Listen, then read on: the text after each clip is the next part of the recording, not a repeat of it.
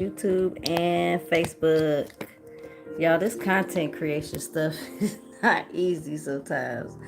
I be like, what is going on? What am I supposed to do? I'm not a camera person, so it's kind of hard for me when I have to get on camera. Where's my phone? That way I can kind of keep up with the comments. I got my other phone so I can keep up with the comments because, I have to hold the phone close to my face. So yeah, I don't really see the comments. So please, y'all. Hey, my beautiful sister. I just came on here to tell my story about, how I left the ministry that I was a part of for 7 years, and then what happened afterwards, where I'm at today with it. So yeah.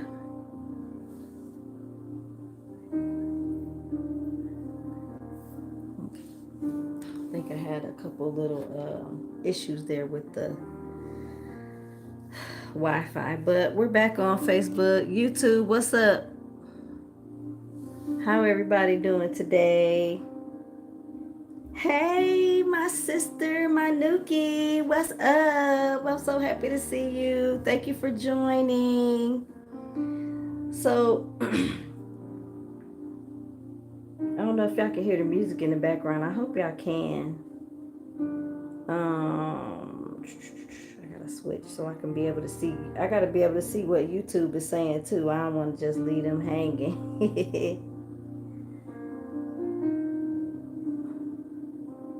And I was waiting for some people to come on. Okay.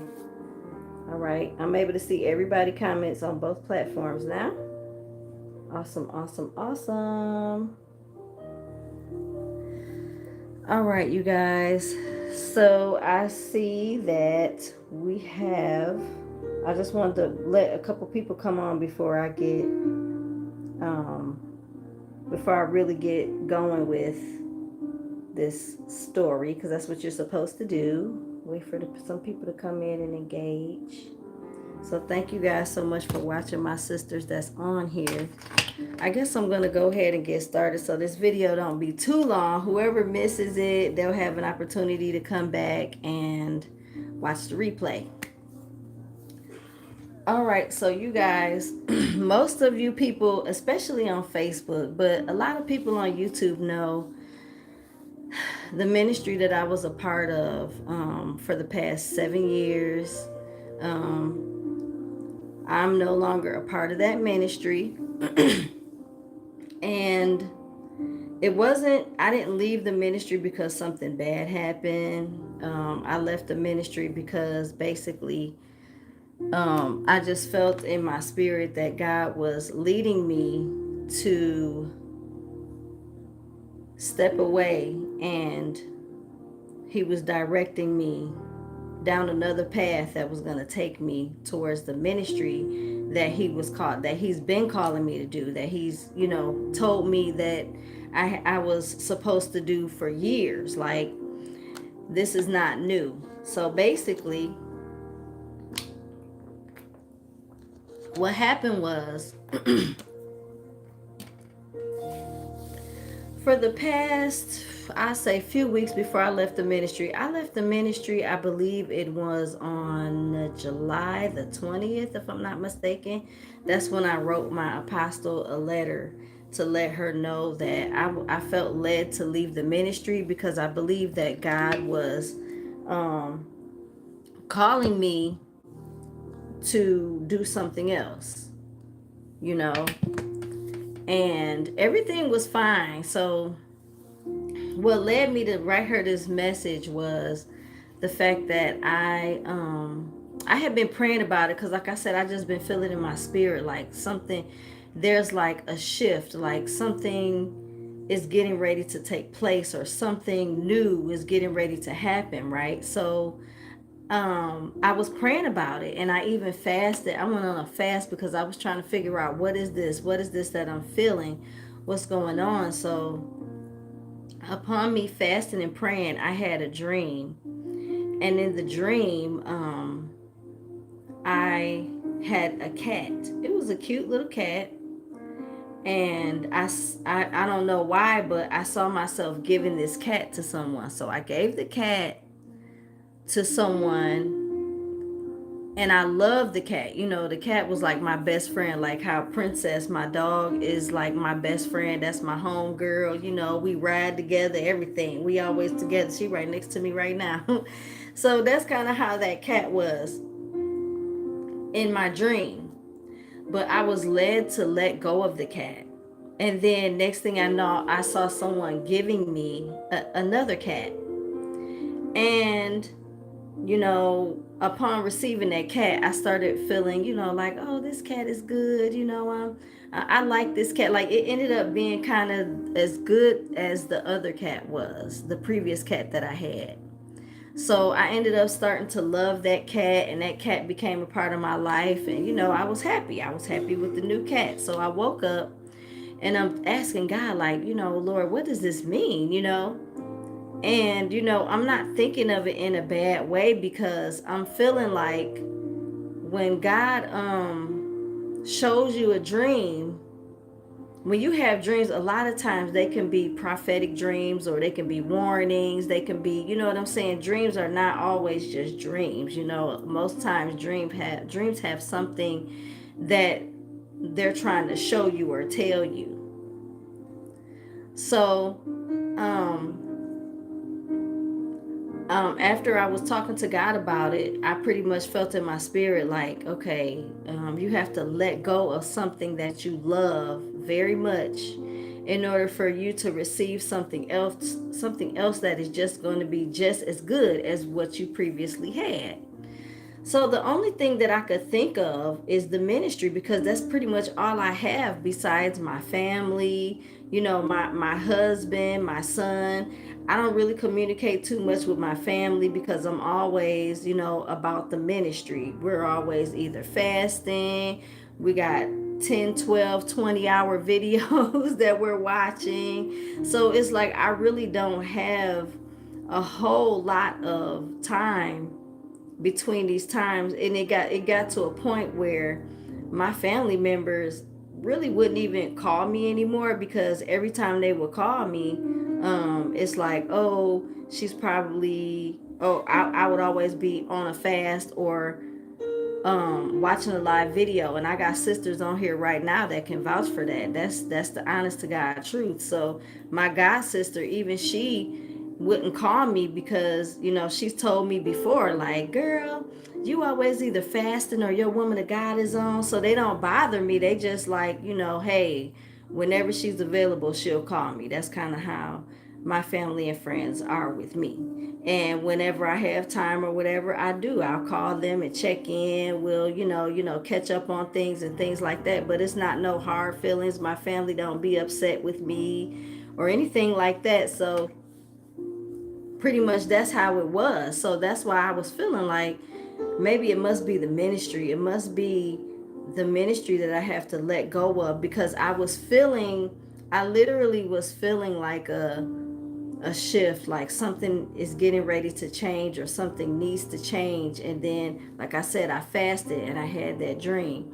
And so, I was still praying about it. I was still praying about it, because this was not something that I wanted to do. It wasn't like I'm like, oh yeah, I want to get out of this ministry. Let me just do this or say this. No, it was very hard for me, because this ministry has been pretty much my life for the past 7 years.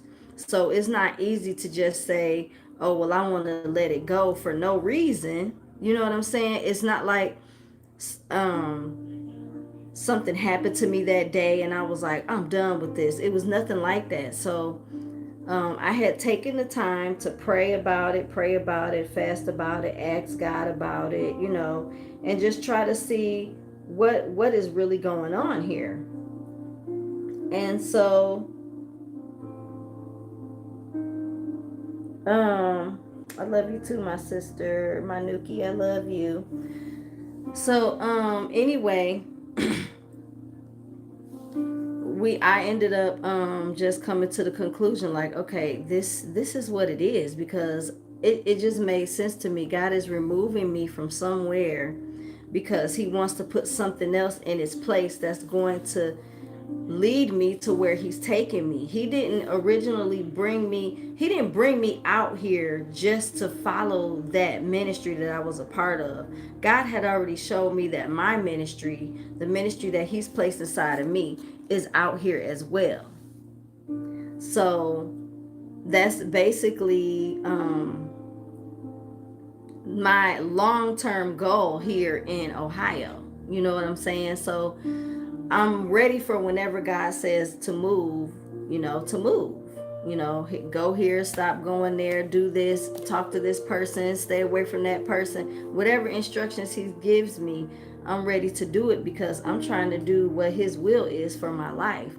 I'm not here just to follow somebody or just to be up under somebody. I know that my long term goal is something else outside of this ministry, and that's okay, right? So I finally got up the courage to go ahead and write my apostle a letter, a message expressing to her exactly what was going on, and you know, um, just letting her know what my plans are. And that took a lot too, man. I had to pray about that. I wanted to make sure I said everything the right way. I didn't want it to end in a bad way. So I'm like, okay, Lord, how do I say this? What do I say?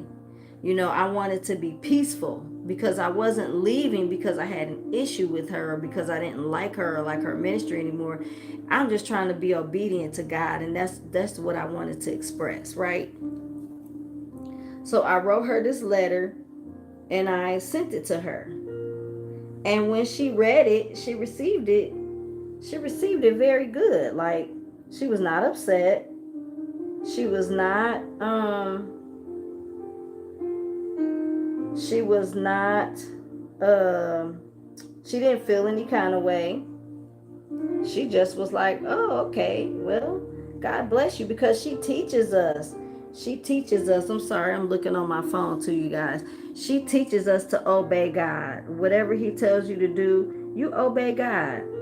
And so, since I believe that was coming from God, that's what I did. And I went on ahead and messaged her and just let her know, like, yes, woman of God, this is what's going on. God is leading me to do this.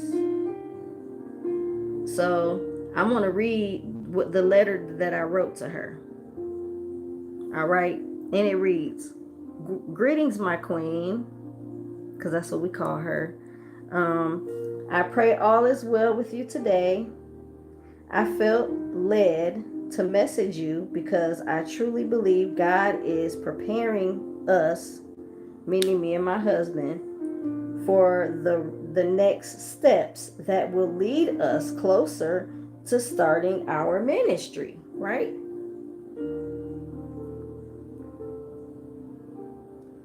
Um Starting our ministry. Okay. That he has placed in our hearts. But in order for that to happen, a separation of some kind between us and the ministry seems to be necessary. I've taken the time to fast and pray, and I also had a dream. In the dream, I had a beloved cat that was my best friend. I loved that cat so much, but for some reason, I was led to give it away. Shortly after, I was given a new cat. At first, I didn't understand why I had to give something away that I love so much. But as I embraced the new cat, I began to love that one just as much, just the same. When I asked God what the dream meant, He said that in order for you to receive the new thing I have for you, you must be willing to let go of the old. QBM has been such a major part of our journey and our lives.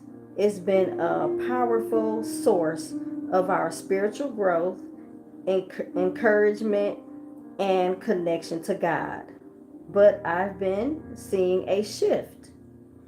And though this message has been hard to send, I believe change is necessary as we enter this new season. This ministry has been one of the greatest gifts and blessings that God has ever given us. And as long as the Lord allows, we will continue to support, share, and follow the ministry. Thank you for your financial support, your gifts, your love, your spiritual guidance, as well as being the best spiritual mother we could ever ask for. You have always been and always will be a true woman of God, and we appreciate you always. You have impacted our lives in many ways that we could never fully express. We are forever grateful. I know that God will continue to take care of us just as He always has, and will lead us down the path that He has set for us. Please pray for us as we embark on our new journey. We love you very much, our beautiful queen. God bless you, Trey and Santina. Right? So that was a nice, heartfelt message. So then she came back and said, God bless you, sweetie. May God's will be done in your lives in the name of Jesus. We will miss you all, but obedience to God is better than sacrifice. I have informed the Ohioans, right? So we have a group on Messenger with all the people who have moved to Ohio here with her, to join the ministry. So all of us who are part of the ministry who moved here to Ohio are in this group, right? So she informed the people in the Ohioans group that we have left the ministry, and I guess she probably sent over the letter or the message that I sent her, So, okay. I hate how my Facebook is so low. Like, all you can see is my face. But oh well, at least you can see my face. So anyway, um, that's how that went. And I was so happy. I was so happy that everything went well. She didn't take it the wrong way. Everything seemed like it was good. She was not upset at all. So I'm like, oh, thank you, Jesus. I'm so glad, it didn't go left, right? So later on that evening, she called me. And she said, at first, I wasn't led to call you guys. I just left you, I just responded to you, and I was fine with it. I just had a peace with it, right? So she called us and, she talked to us about it. It was a very good phone call.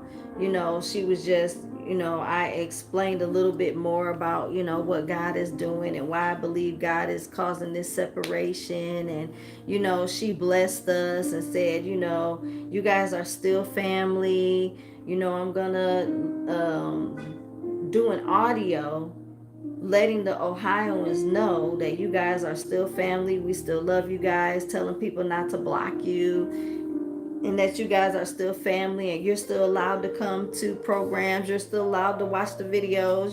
We're still family, right? So I was really happy about that. You know what I'm saying? That we're still able to be a part if we choose to.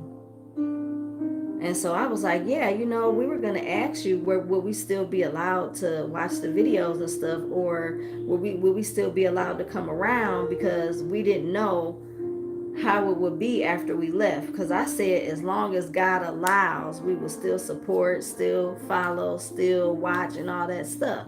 But if she would have came and said, well, you guys left, so, you need to focus on where God is taking you. You don't really have to watch the videos. Then that would have been her answer, and that would have been fine.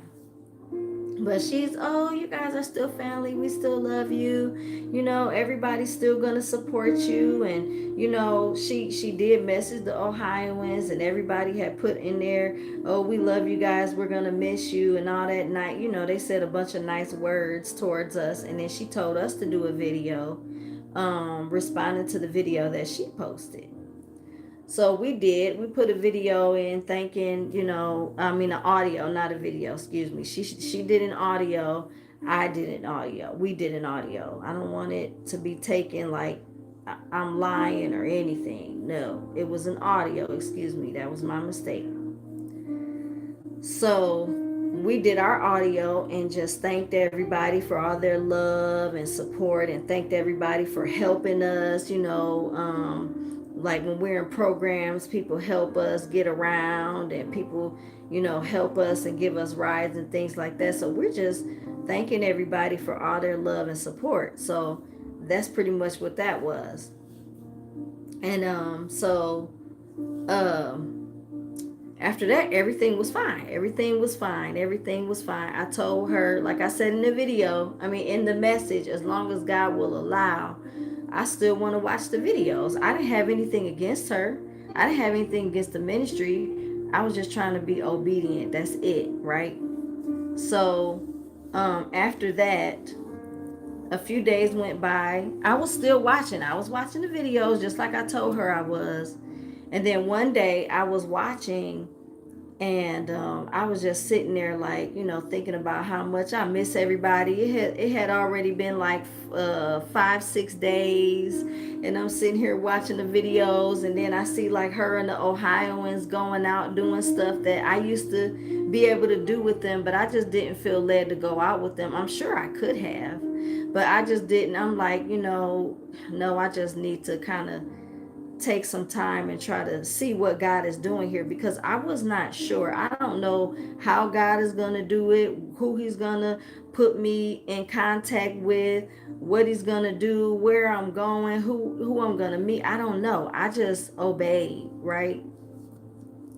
Just like when I obeyed to move here. We didn't even have a house when we moved here. We didn't have a place to live when we moved here. But because God said that this is where we're supposed to be, we packed up our house in the U-Haul and came out here and stayed with our nephew for a couple weeks until we found a house, and the house was ready and we moved in. So sometimes God has to have you do things for you to show your obedience, and then he'll show you what's next to come. And that's what he does, and he's done it to her many times. So this is who I'm learning from, you know. So I was like, you know, I was watching a video, watching one of the videos, and I was like, man, you know, this is so, I felt sad because I missed being a part of those things. You know, I missed it. And then I just felt, you know, something in my spirit say, how can you focus on where I'm trying to take you and you're still focused on looking back? I had you leave that ministry because I'm taking you somewhere, but you watching the videos as you looking back. That's what I got out of it. So then I stopped watching the videos, right?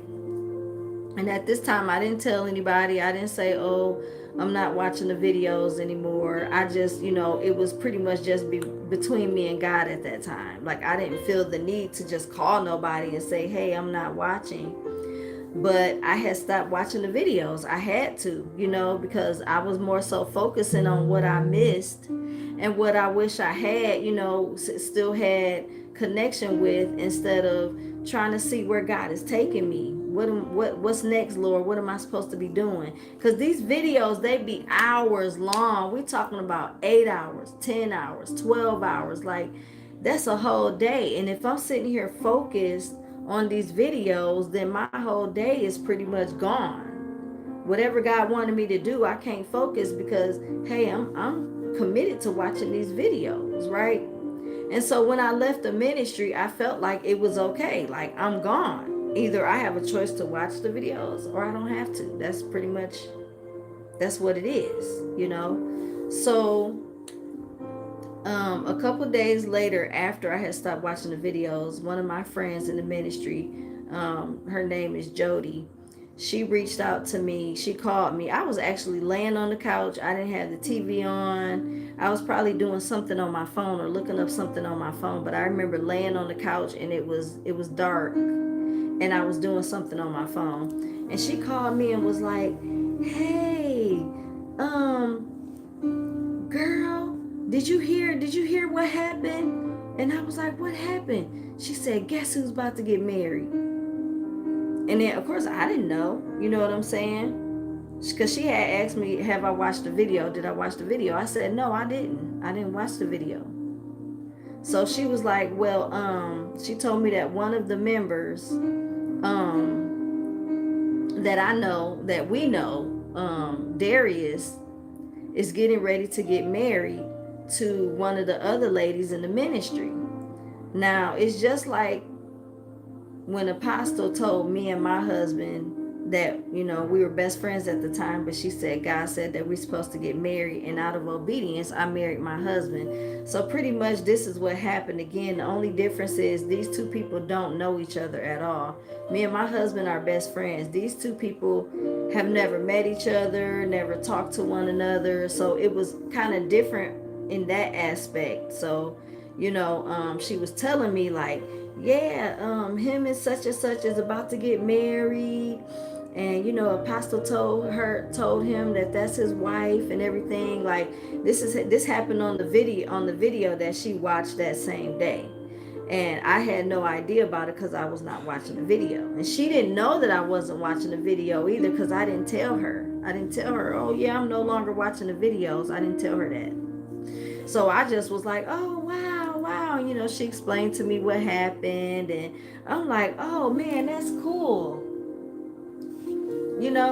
I thought that was very interesting. I would have never thought, I would have never put those two together. Like, but I was happy for them, and I was like, "Oh man, I'm gonna have to tell him congratulations." Right? So, I called him, like, I think it was the next day, the next evening, or it was either the next day or 2 days later. I can't remember which one it was, but I called him and I was like, "Hey, Darius." And he was like, "Who is this?" Because he didn't have my phone number. He got disconnected. Well, not really kicked out of the ministry. I guess he got put on restriction or whatever. Or he did get kicked out of the ministry. And he we weren't really allowed to talk to him anymore after he got kicked out. And then, so now he's back in. He got reinstated back into the ministry, and so he has a new phone number. So a few weeks before this whole thing happened, where I left the ministry, him and my husband on Father's Day, they were talking, and Darius gave my husband his phone number, right? So after I found out about him and the young lady is supposed to get married, I called my husband and I told him the situation, because this guy, he's our friend. You know what I'm saying? Just like the lady who called me Jody, she's my friend. She will come and take me and my husband where we need to go, to the grocery store, doctor's appointments, whatever it is we need to do. If she's available, she does it. And we look out for her as well in any way that she needs us to. Like, we're friends. So I called, and Darius, he was a friend, like, by the way of when he lived out here in Columbus. He would come by our house. We would do songs together for the ministry. He did a song by himself. Like, our connection was pretty much music, and he would come over and have studio time.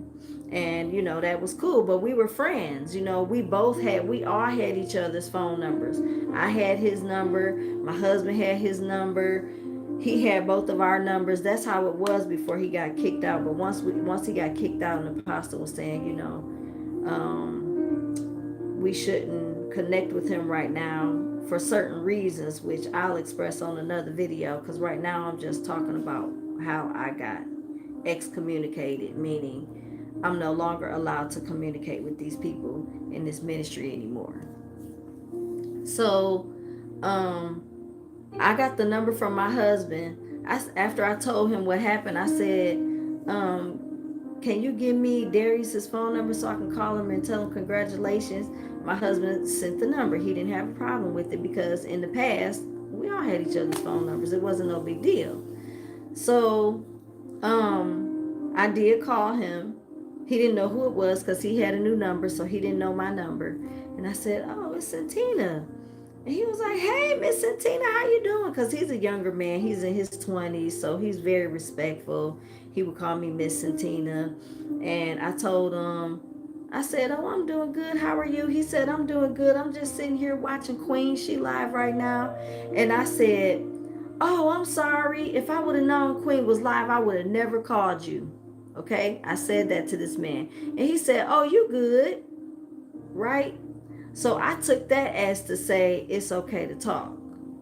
Okay, so I talked to him. We talked about, me congratulating him and how he felt when he got the news about, his new wife, and telling me about, how we the first people he thought about because, we had gotten married. We're the only couple that's gotten married through this ministry.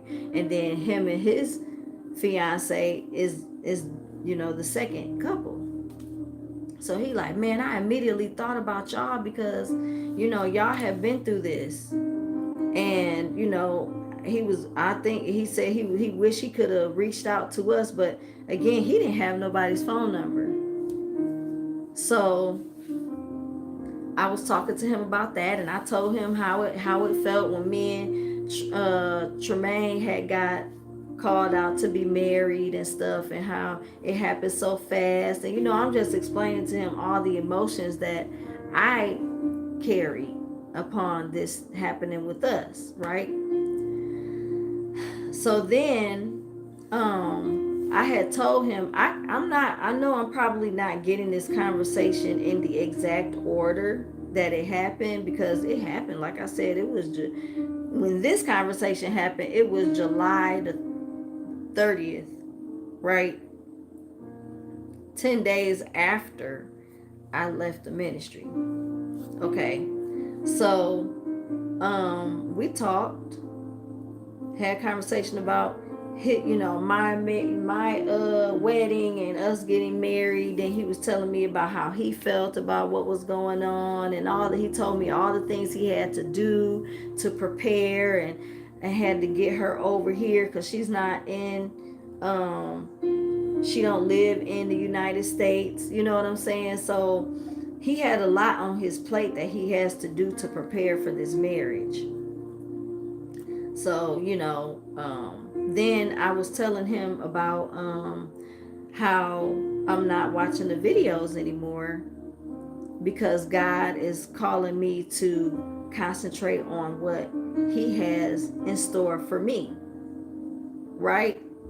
So, pretty much, it was like I told him everything. I told him about what happened, how I ended up leaving the ministry, and then I told him that I'm not led to watch the videos right now. But I also told him, I said, I'm hoping and praying that by the time you guys' wedding, to be able to witness your special day. I want to be able to witness their wedding just like everybody was able to witness ours. So I'm just like, I'm hoping that by that time God will be done said you can go ahead and start back watching the videos, because I didn't want to miss that. So after that, we talked a little bit more, and then he said, "Oh, Apostle's showing my video right now. I'm gonna go ahead and get off this phone, and I'll talk to y'all later." So I'm like, "Oh, okay, all right, go ahead. I'll talk to you later," and we hung up the phone. So I went to bed that night, y'all. Afterwards, I had told my husband. I told him, yeah, I talked to him and whatever, whatever. So he knew about my conversation. It wasn't no secret. It wasn't no. Um, Nisha said, "Tell Nisha I said hi. I love her." Who said? I want to be in the praise team. What? I'm sorry, y'all. I'm going back. And I'm going back and just reading certain things. Yes, it was a beautiful letter. Thanks, guys. It was because I meant it in a way where I was just trying to be obedient. I still love this woman. I still have so much respect, so much love for her. I'm so grateful for everything that she's done for me and my family. Like the letter was never meant in any kind of evil way at all from my heart. It wasn't. I would never. I love this woman so much. I stood 10 toes down for this ministry for 7 years straight. If you go back from July all the way on down, all you see on my Facebook page is Queen Belinzi Ministries, Queen Belinzi Ministries. Like my page, my Facebook page may as well have been titled her ministry because I shared every video, I did every assignment, I was a part of everything. Like I was a hardcore member. I did everything I was told to do. I did everything I was supposed to do. Like that's why this that I'm getting ready to tell now is so heartbreaking, but I just feel like I need to get it out, and it's been such a battle for me going through it by myself, but God is with me, and I do have sisters in the Lord and brothers in the Lord that pray for me who understand and know my situation. So I'm so grateful for you guys as well. But um yeah, it sucks. It's heartbreaking. It's heartbreaking. It's not funny. It's sad. So, but we're getting to that part now. I went to bed after talking to Darius, and next thing you know, my phone is ringing at 3 o'clock in the morning. My husband is out of town, right? He's in Detroit. I'm here home. So that's why I was calling him and telling him, oh yeah, this happened. They get married. Oh yeah, I talked to Darius and told him, you know what I'm saying? So that's why he wasn't in on the conversation. He was not there. So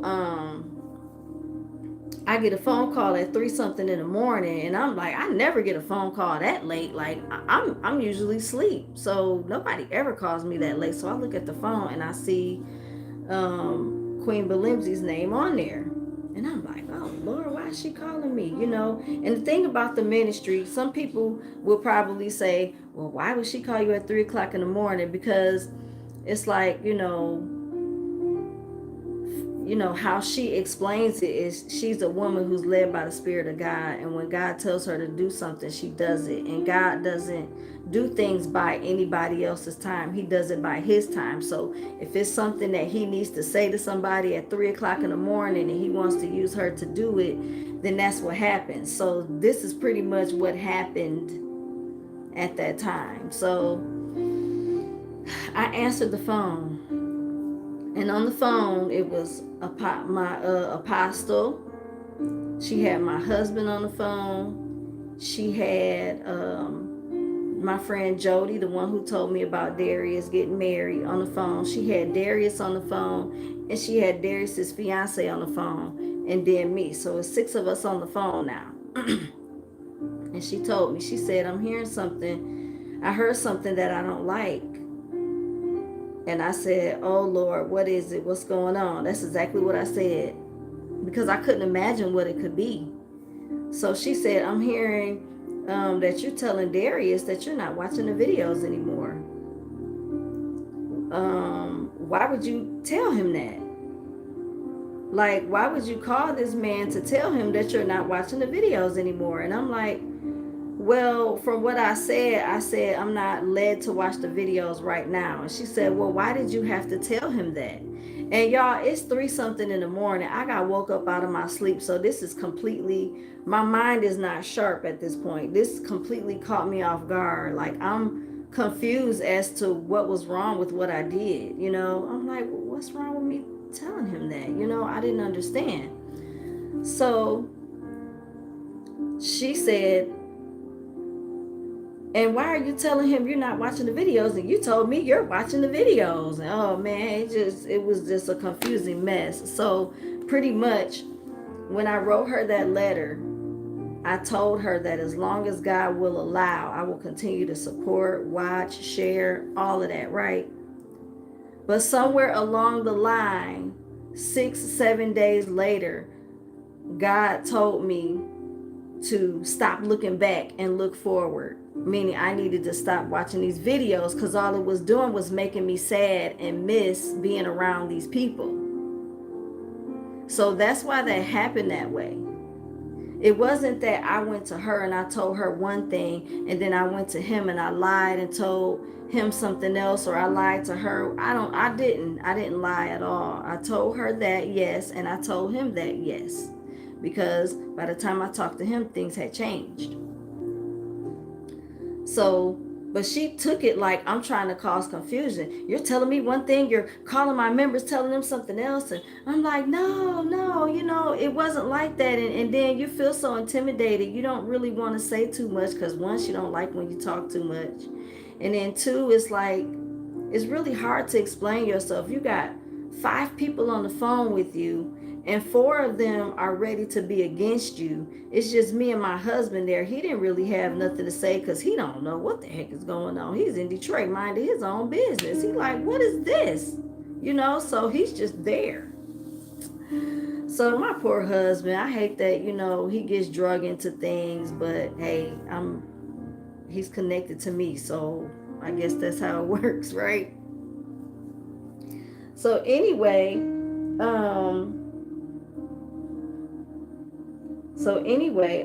that's pretty much what happened. Oh. No, well, I do have a ministry going on. It's not a church, Nuki. It's not a church that I'm starting, but you'll see what God is doing. I probably told you about it anyway, but yeah. So at the end of the day, everything just got so confusing, and I'm sitting here half asleep trying to figure out what is going on, and everything's happening so fast, and I'm being looked at as somebody who's trying to cause confusion because I called this man and I told him I'm not watching the videos. So now I'm sowing some kind of seed of manipulation in his mind, and I'm just not seeing it. I'm not seeing it. Like, first of all, it was more than just me saying I'm not watching the videos. I said, like, I told him the whole story about what God is doing, about where, why God led me to leave the ministry and everything. Somehow he left that out. Not to say, I don't think he did it purposely to try to make me look bad. I just think, he just said whatever he could remember off the top of his head, and that part probably just didn't come to his remembrance. But yeah, we talked about everything. I talked to him about what God is doing and how God led me to leave, and how he's preparing me for the next phase of my walk with him or my ministry. So we had that whole conversation. So I'm trying to figure out in my head, how in the world is me telling him that I'm leaving that I'm not led to watch the videos right now, but hopefully by the time y'all wedding comes around, God will have allowed me to start back watching because I want to witness your special day. How is that planting the seed in somebody's head to tell them not to watch? Because she was saying, like, you telling him that you're not watching, it could plant a seed in his head and make him feel like he shouldn't watch either. And I'm sitting here shaking my head while she's talking, and I'm trying to figure out how. And then it's being looked at as if I just came out the blue and told this man, oh yeah, by the way, at the end of the conversation, oh yeah, by the way, I'm not led to watch the videos anymore. And it was just left at that. And now he's left to try to, why isn't she watching? What's wrong? Is there something wrong with the videos? Maybe I don't need to be watching. That's how she explained it. But that's not how it happened. I told this man literally, I hope and pray that by the time it's time for y'all to get married, God will have allowed me to start back watching, so that, because I want to witness y'all day just like everybody witnessed mine. So how, there's no way that can be planting a seed in this man's head to say, don't watch. You shouldn't watch. Something's wrong with the videos. You shouldn't watch. No. And then I left on a good note. So why would I be trying to plant in somebody's head to be against the ministry? And I'm not even against the ministry. So I told her, I said, there's not an evil, wicked bone in my body that would ever try to manipulate or cause confusion. And she said, well, you're being manipulated by the devil. And when you're being manipulated by the devil, you don't know it. So it's going to be confusing to you. You're not going to understand it because it's not you. It's the devil that's doing it. It's a demon that's doing it. So after she said that, I just threw my hands up like, what else can I say? You know what I'm saying? I know the intentions that I had when I called this man. I know what place I was coming from when I called this man, right? It's not like it just happened and, oh, I don't know. I don't know why I called him. I don't know. No. I knew exactly why I called him. I know exactly what I said, and I know exactly why I said what I said. And it was nothing to convince him to stop watching the videos. But for some reason in that conversation, I don't know if maybe he just didn't remember that we had a whole conversation that led up to me saying I'm not led to watch the videos right now, but hopefully by the time you guys get married, God will have released me to start back watching the videos because I want to witness your day. I said that. And God is sitting here listening to me say everything I'm saying right now. I have no reason to lie because I was not against this ministry. This was not in my heart. I was not trying to turn anyone against anything, right? So upon all this happening, she had my friend Jody on the phone because she felt like, Jody, why did you tell Santina about Darius getting married and, she's not watching the videos? If she's not watching the videos, why are you telling her ministry business? And Jody said, well, I didn't know that she wasn't watching the videos anymore, which is true. I hadn't told Jody I wasn't watching the videos. Only reason why I told Darius is because I wanted him to know that I didn't really know what was going on because I wasn't watching. Because he's getting married. And I know I'm not going to be able to keep up with what's going on because I'm not watching right now. But I'm hoping I'll be able to by the time you guys get married. That was my whole purpose of telling him. I wasn't telling him just to tell him or just to put it out there or to plant a seed in his head. No, God forbid. I'm not evil. I'm not wicked. I'm not being manipulated by no devil.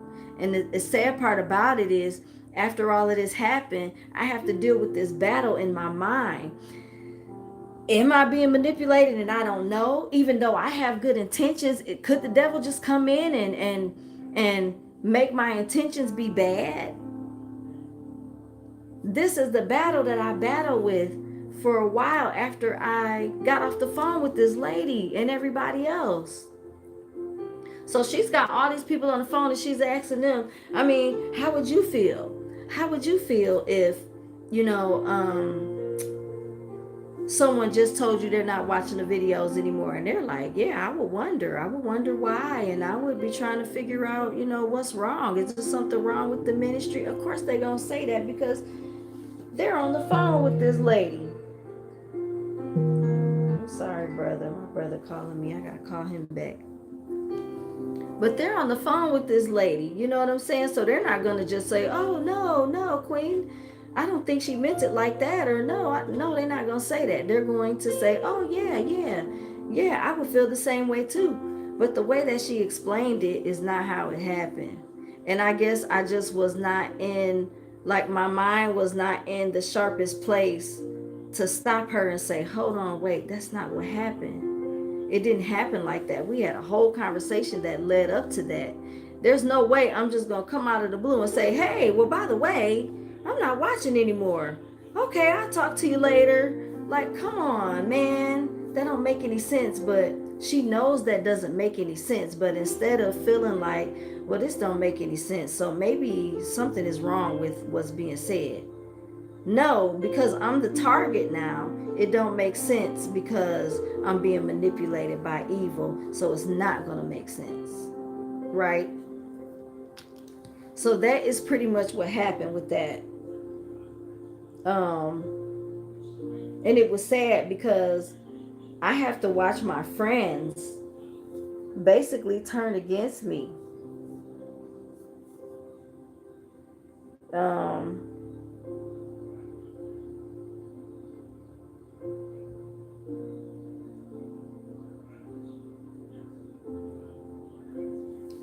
So yeah, I pretty much,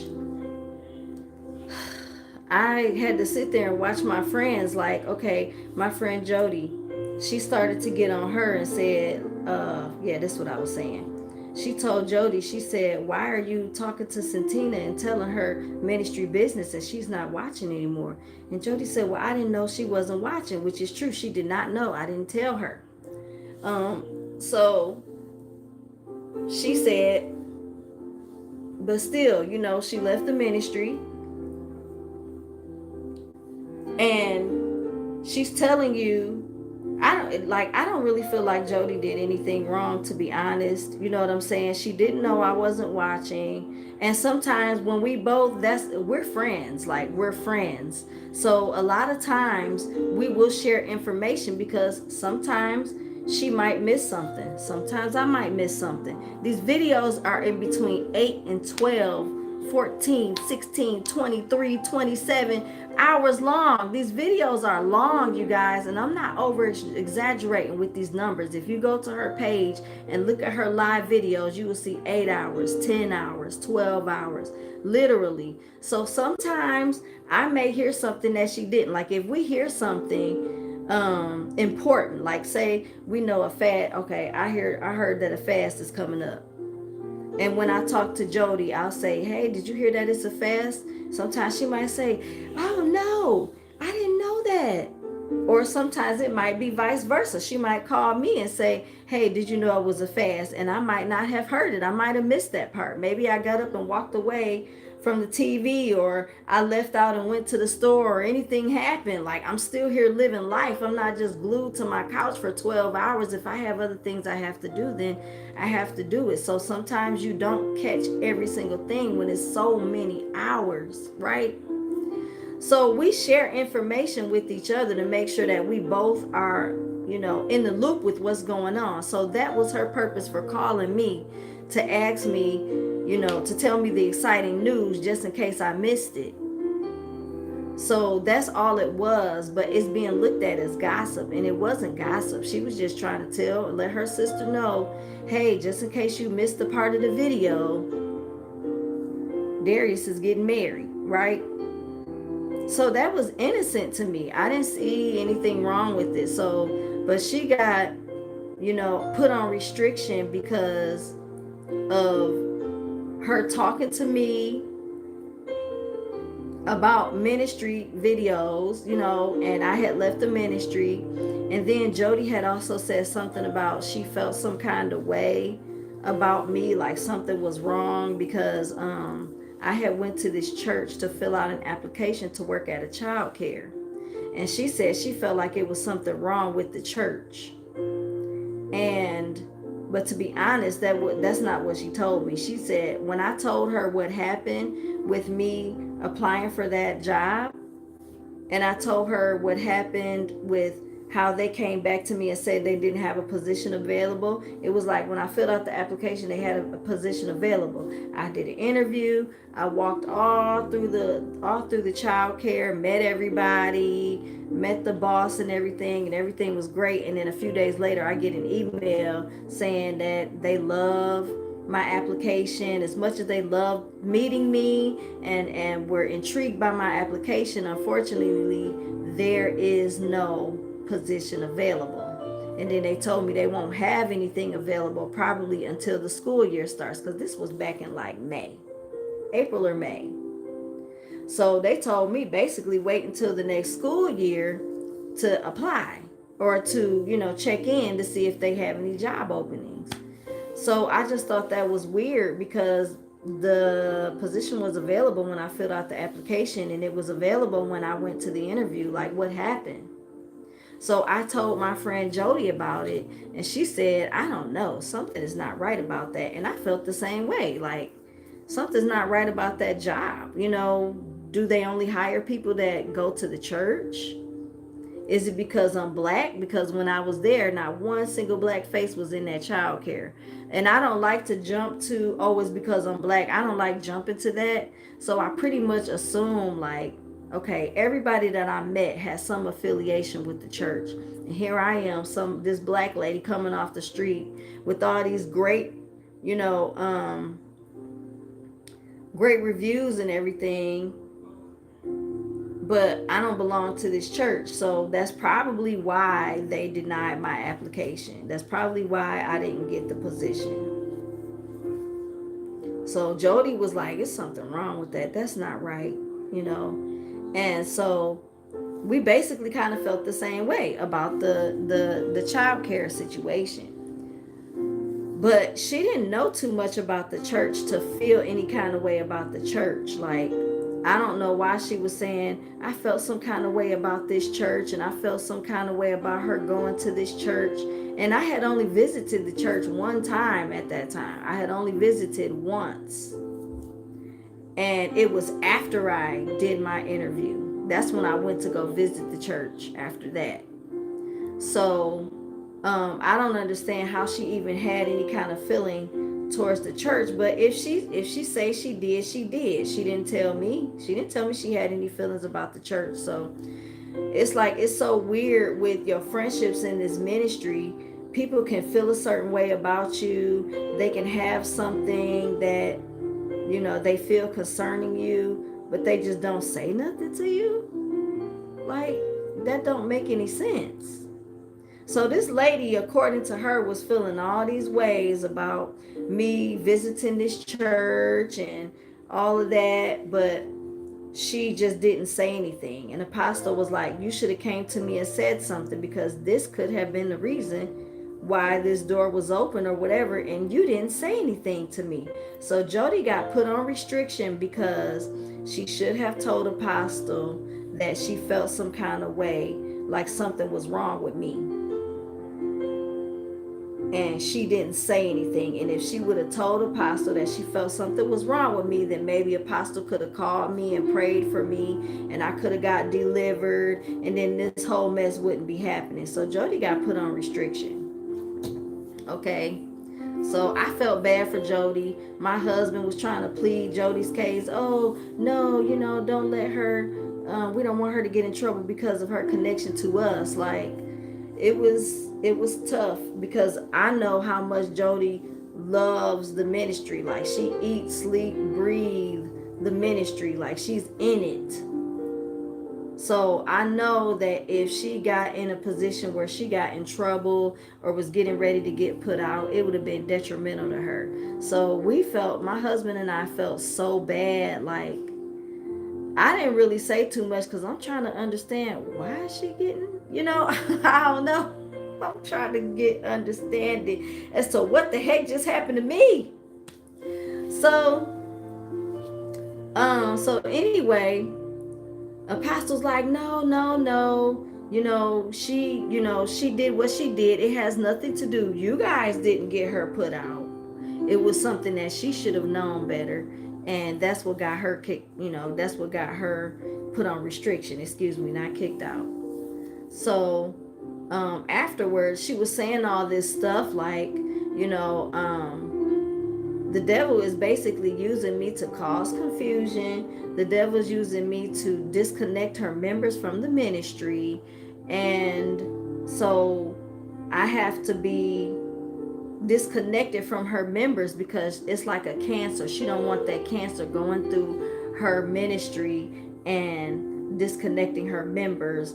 And she don't want me trying to destroy her ministry. And I'm sitting here like, destroy her ministry? Where is this coming from? Like, I had one conversation, and granted, I can honestly say, hey, when he told me that he was watching Apostle, I probably could have said, oh, okay, I'm sorry, I'll call you back. I could have. But just as well, he could have said, well, hey, I'm watching Apostle. Can I call you when it's over, or can I call you tomorrow? I would have said, sure, that's no problem. I'll talk to you later. But neither one of us got off the phone. But because I'm the target, everything fell on me. Now, she did get on him and say, well, why would you do that? Why wouldn't you tell her that you whatever? But he got forgiven, which is fine. I'm not trying to be against him being forgiven. But for me, it was like, oh no, basically I'm working with the devil. The devil is using me. So at the end of the day, even though we were both on the phone together it was my fault because I called him and I stayed on the phone with him when I knew she was live, right? So when he said, "Oh, you good," I kind of felt like, okay, that was his way of saying he had a little time to talk. That was my opinion. And he didn't stop me. And I didn't stop him. We both were talking. You can't have a conversation with yourself. So how you going to hold somebody accountable for something that both parties did? Either we were both wrong or we were both okay. But I'm the one who was wrong. He was wrong too, but it was more so like, oh, well, it was a spirit that was on me that came in to try to distract him from the video. So that's why he was okay to be forgiven. And I was the one who was looked at like I'm trying to cause confusion and disconnect her members. And that's crazy. I'm sorry, because that was not my intention. That's not a plot or a plan that I had in my head. But it's like I can't speak up for myself because, hey, you're being manipulated by the devil, and when you're manipulated, you don't know, so you really can't speak for yourself. So that was her outlook on things. So what else could I say? you know so at the end she asked people, does anybody need prayer? And my friend Jody, she said, "Oh, yes, yes, yes. Me and my daughter, we need prayer, because she just pretty much got put on restriction. When you put on restriction, it means that you're still a part of the ministry, but you're not allowed to message her. You're not allowed to comment on the videos. You're not allowed to come out to programs. All you can do is watch the videos. You can't comment nothing. Like, you're on restriction from everything except watching the videos. So by Jody being here in Ohio, and the people in Ohio meet all the time, she's not allowed to do that no more. She got to stay home, and she's got to watch whatever happens on her phone or on the TV, however she watches the videos. And that's all. She can't comment. She can't message Apostle for prayer. She can't. It's like she's disconnected, but she's still connected. So she said, yes, me and my daughter need prayer. I didn't say anything.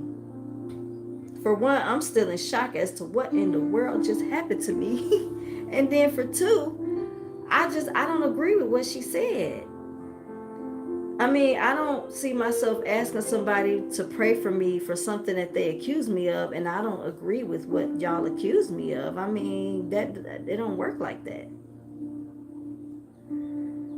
So it's messed up because my friend, she's the one who always gives us rides and stuff like that, right? So Apostle asked her, was she still going to be giving us rides? And Jody's like, oh, no, no, no, no, no, Queen, no. I don't have to, I don't want to do anything. I don't want to, she basically said she's not going to talk to us anymore. She's not going to give us rides anymore because she wants to follow Jesus. She doesn't want to be connected to anything that is not God. So if God is saying all these things about us, she's not gonna get caught being friends with us or helping us, right?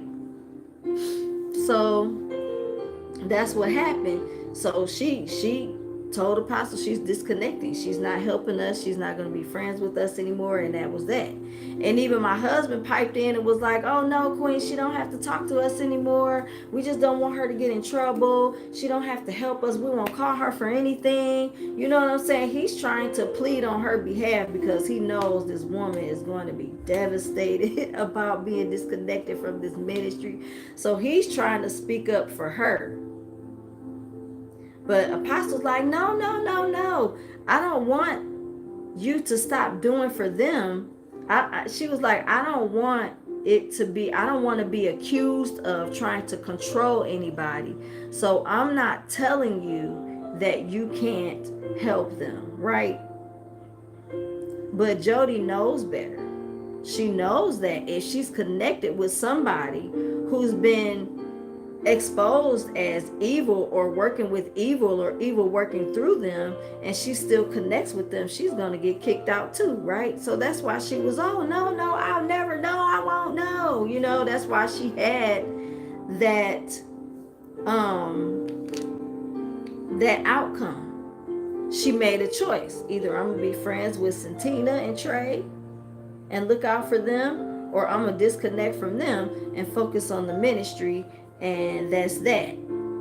So that's the choice that she made. So it sucks because, okay, at the end, and I knew she was going to do that because that's how the ministry works. That's what happens, you know.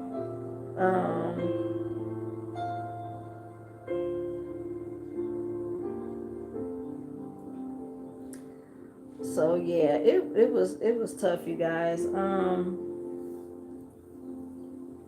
We ended up getting off the phone call because she said, if Santina and Trey, you guys can get off, because she originally called Darius and his fiance to talk to them about something totally different. Like, she was led to call them to check in on them because, hey, they just got told a couple days ago that they're supposed to get married, and so she was just trying to check in to make sure that they're communicating with each other, trying to get to know each other and all of that. So basically, she Darius ended up telling her, like, yeah, Santina called me to congratulate me.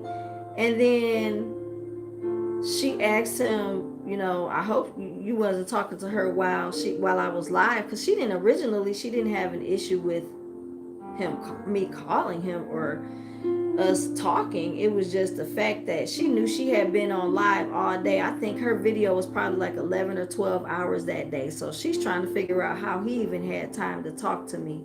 That's where everything went bad. And then when she found out I wasn't watching the video, when I told him I wasn't watching the videos, that's when everything just went. She's evil. She's working with the devil. Devil's manipulating her. That came from that. So it was like, even after that, she was saying, I didn't even really agree with your message that you sent me, because my ministry has nothing to do with the cat. And we're taught that when you see a cat in your dreams, that's evil. Cats represent evil. But in this dream, I didn't feel that. You know what I'm saying? It wasn't like, the cat was trying to do anything. I was holding the cat. I loved the cat. And I had to give the cat away. And then I received a new one. So I didn't look at that. And then you have to understand also, when God shows you things in dreams, sometimes the faces that he uses, it doesn't necessarily mean that it's that person. He's just using a familiar face to get your attention. If he, it's God has showed me dreams using dogs. You know what I'm saying? Anything. God done showed me so many dreams in so many different ways. But you have to discern what the dream is about. You got to get the bigger picture of the dream. That's basically what it is. What's the big picture, Lord? What are you saying here? But all she got out of it was cat. My ministry doesn't have anything to do with any cats. I'm like, well, duh. I mean, come on. I know that. But God was using this to show me something, or to tell me something. I love cats. I love dogs. They're my two favorite animals. Maybe God just used something that I love to show me. It don't necessarily have to be, oh, it was a cat, oh, it's evil. No, God can use anything he chooses, anybody he chooses to get a message across. It's not about the person, it's about the bigger picture. And I've had dreams where God has used people's faces. I've even had dreams where God have used my apostle's face, but it wasn't about her. The dream wasn't about her. It had nothing to do with her. It was him. He just used her face, or it was something else that he was trying to show me, but he used her face. So I can't just say, oh, because I saw a cat in my dream, then that makes the whole dream evil. No. The cat wasn't evil. The cat didn't even do nothing. I was holding the cat, and I loved the cat, and I handed the cat over to somebody, and then next thing you know, someone gave me another cat, and I fell in love with that cat. So it's not about the cat. Like, don't focus on the cat. The point is you have to release something that you love so that you can receive something that's going to be just as good to you, or just as loving. That is the point. Now, I had dreams about evil cats. Now, I've had a dream where a cat was trying to get into my house and trying to bite me and scratch me. Them is some evil cats. But every cat is not evil, just like every cat in the natural is not evil. When you see a cat walking down the street, that don't necessarily mean that cat came from the devil. And you start speaking in tongues and throwing water on the cat. You ain't got to do all that. Every cat is not evil. It's not as simple as that. It's not that simple. You know what I'm saying? So anyway, she was basically saying my ministry doesn't have anything to do with any cats. And that's what I felt. That's what she felt when I basically told her about the dream that I had. She felt that way, but she didn't say anything because she said, she always tells us when her members tell her that God told them to do something, then she don't block it or she don't get in between it, because if God didn't tell her nothing but he told me something, then I'm just supposed to obey what God told me, right? So, but from my understanding, she didn't really feel good about that dream when I told her, from what she said on the phone. But God didn't say anything to her, so she let it go. And she just felt a peace about it, so she was just like, okay, well, Lord, I hope this is you and not the devil manipulating them in any kind of way. So that's what happened with that. So after we got off the phone, I got off the phone with her, because no, I didn't ask for no prayer. No, I didn't receive any prayer or nothing like that. I felt bad for my friend because I do feel like she was innocent. We talk to each other about the videos all the time, but she took it like, oh, Jody, you're calling her gossiping about members and gossiping about what's happening. Like, it wasn't gossip. Now every conversation we have is considered gossip. I don't understand that. But she wasn't calling me to gossip. We're talking about the ministry. And even though I didn't call her to ask her anything, because I wasn't watching the videos, I hadn't been calling nobody saying, oh, what happened on the video? What did the apostle say today? Did anything happen today? I wasn't doing that. I had no idea what was going on in the ministry, because I was led to stop watching, and I was obedient, and I did just that. So I wasn't asking nobody nothing. So it went from that to me having a conversation with somebody, and now I'm trying to deceive people. I'm trying to disconnect people from the ministry, and it didn't stop there. You would think that after that phone call it was the end, right? As hurt as I was so hurt, y'all. I didn't know whether I was coming or going. I didn't understand what was happening. So afterwards I called my husband to talk about what had just happened, and he didn't know what to say. He was more confused than I was, because he didn't know nothing. So I talked to him for a minute, and then of course he felt it was wrong what happened to me. He felt it was wrong, like it just didn't make any sense. And but I got off the phone with him, and then I have a best friend in the ministry. This is like my best friend, and her name is Shine. So I called Shine to tell her that I'm not allowed to talk to her anymore, because we talk dang near on a daily basis. We talk, if not every day, every other day. We touch base with each other. We check in on each other, see how we're doing and everything. So I called her. It was like 5 o'clock in the morning. I didn't call her, excuse me. I text her, and I text her to let her know that I hope I don't wake her up. But when she sees this message, I need her to call me, because I have something very important to tell her. So she immediately called me, because a lot of times she's up that early. That's the reason why I text her. I know that she's normally up very early. So if I would have thought oh, I know for sure it's 5 o'clock. She's asleep. I wouldn't have messaged her, but I know her, and she's normally up extremely early, so that's why I text her, right? So pretty much, she called me, and I told her, I said, I was just calling you to let you know. No, first I came on there and I was saying, I'm sorry, I'm so sorry, I'm sorry. I'm crying, okay? I'm so sorry. And she's like, what? I said, I can't talk to you anymore. And so she starts crying, and we crying on the phone, and she's thinking I'm telling her I can't talk to her anymore because of something else that she had going on. But I had to let her know I can't talk to you anymore because Apostle said that I'm no longer allowed to talk to her members. And so, we crying and talking on the phone. I'm telling her what happened, and I'm like, I don't understand. I just don't understand what just happened. I don't, like, I'm in shock here. I'm lost. I don't know how one conversation I had with somebody turned into the devil is manipulating me, and I'm trying to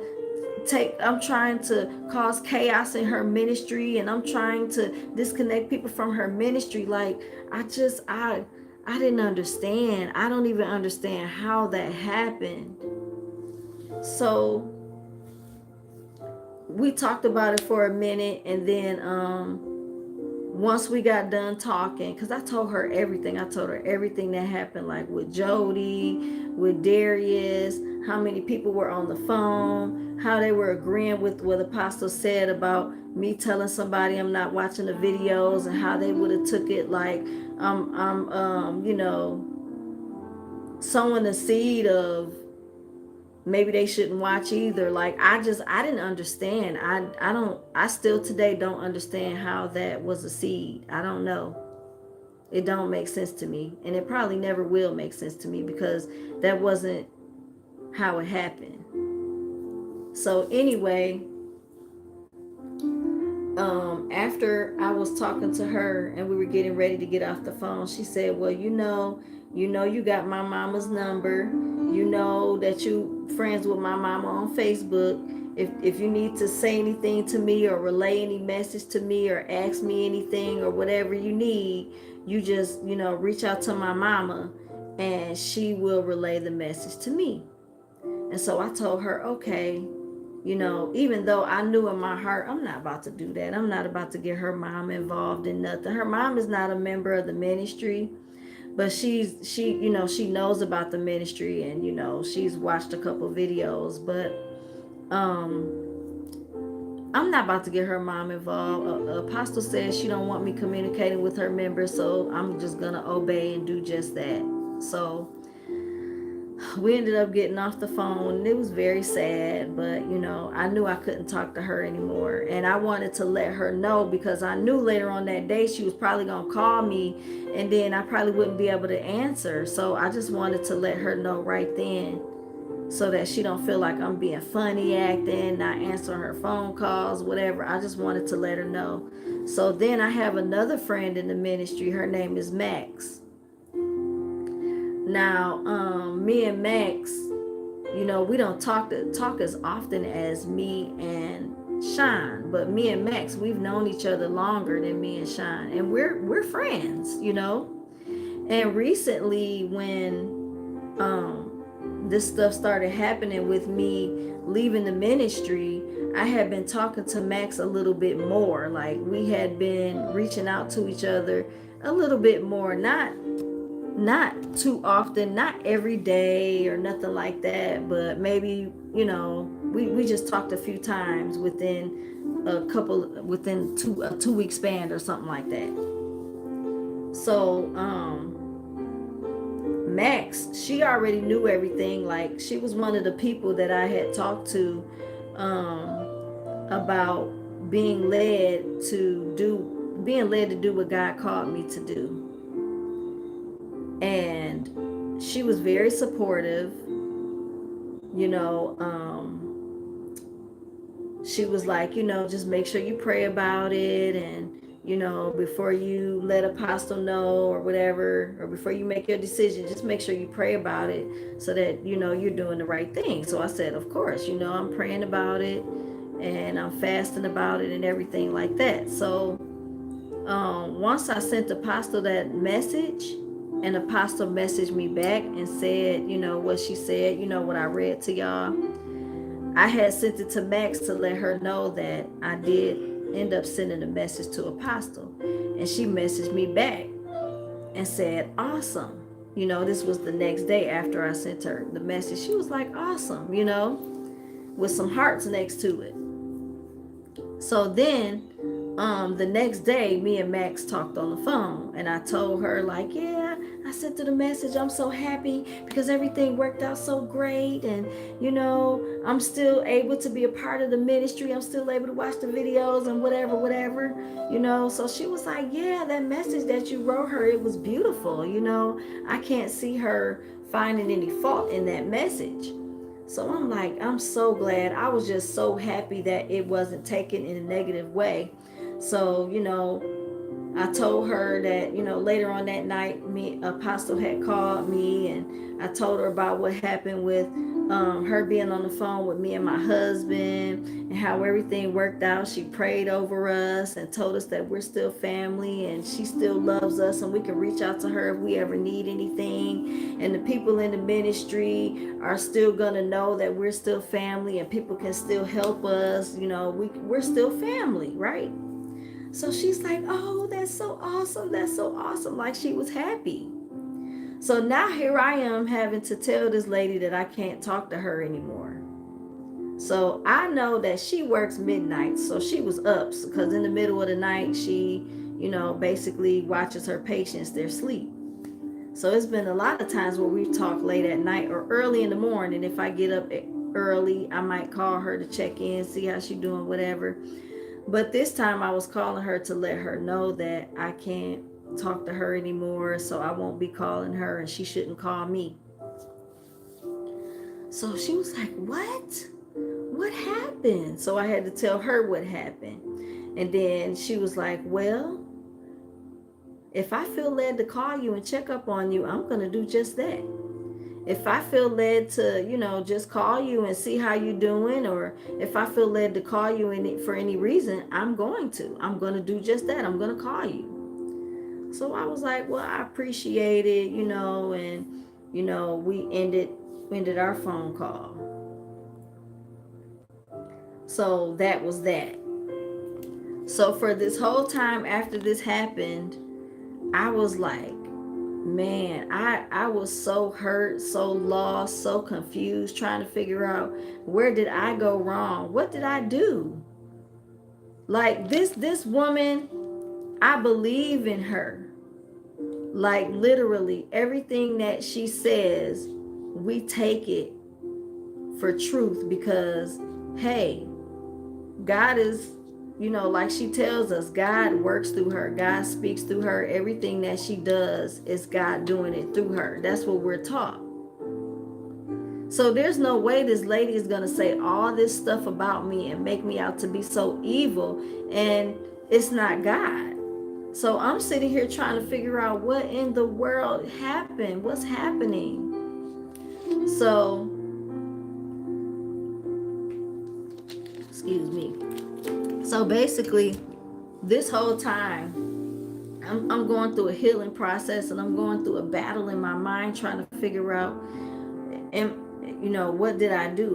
Have I been manipulated and don't know it, even though I know in my heart what my motives are? I know this woman is not going to purposely do anything to hurt me or say anything to hurt me. So it's got to be something that I'm missing here, So I had to come to terms with things. And, me and my husband, we went on a fast for 2 weeks. Like, y'all don't understand, when you've been a part of something for so long and you made it basically your life. And I had to repent because I guess, in a way, I looked at this woman as an idol without knowing it. You know what I'm saying? I idolized this woman, and you're not supposed to do that. Like, literally on my phones, both phones, the one I'm recording on and the one that I'm holding in my hand, Her picture was my screensaver and my cover photo on my phone. And most people in the ministry have that same, like, there's a picture that somebody drew of her as an angel with angel wings and everything, right? Most people in the ministry have that as their, their lock screen photo. Most people in the ministry. And I don't know how it happened, because she never told anybody, hey, you guys need to make this your photo. It just kind of happened. Like with me, I just was like, I want to make this my photo. As you can see, it's something different now. But this photo used to be the angelic picture of her that somebody drew, and most of us in the ministry made it our photo, our lock screen photo.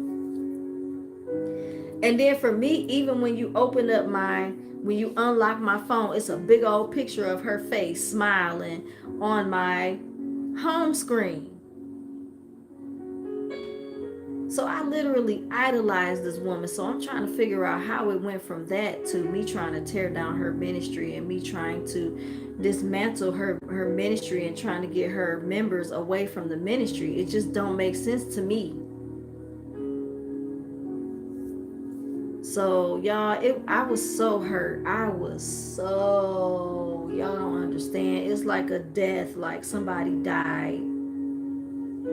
And for weeks, I'm sitting here going back and forth every day. It's like it haunted me every day. Every day I'm trying to figure out what happened. Where did I go wrong? Is this ministry wicked?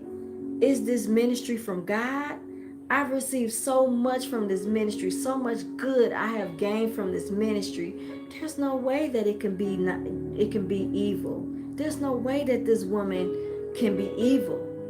I'm going through all of this in my mind,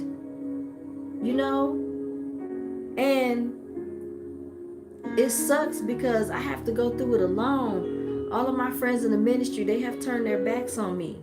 So that's the part that I'm getting to now.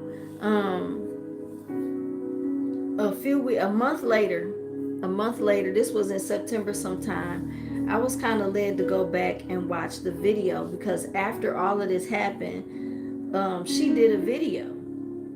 And in the video, she pretty much was talking about me and telling them everything that happened that led up to me being excommunicated. I say excommunicated. That's just what came to me. That led me to be disconnected completely from the ministry, right? So I ended up watching it, and it was a whole month later, y'all. It was a month later. I'm watching this video and listening. So she's talking about it, and saying all the stuff that she said basically to me on the phone. And she called the guy Darius on there, and he said, yeah, we were talking on the phone. And we was on the phone for like an hour, y'all. It was 55 minutes to be exact. I don't even know how many seconds, but it was 55 minutes. I didn't even realize we were on for that long. He didn't realize we were on for that long. But for some reason, it was me who manipulated him to stay on the phone so that he would be distracted from Apostle's video.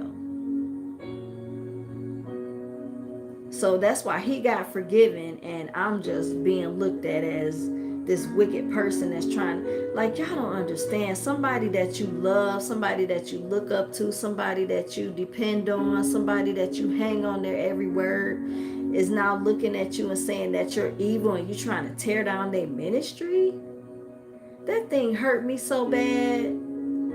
Like, I'm glad that I'm not crying about it now or crying about it anymore, but that thing was so hurtful. It's a terrible thing to do, and that's why you should not make people your idol. You shouldn't idolize people. God is absolutely correct when he says that, because they will turn on you. You can't trust man.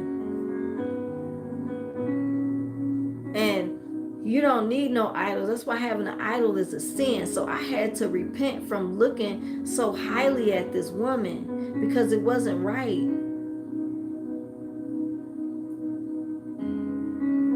had to spend days asking God to forgive me, forgive me. Anytime I thought about it, Lord, forgive me. Because that wasn't right. And so they're going through the whole thing all over again for the live video. And then my friend Jody, she talked to my friend Jody again. And then she started getting on Jody again, like, well, you felt this way about this woman. Why didn't you tell me? And you sitting here talking to this lady, talking to her all the time. You know her better than anybody.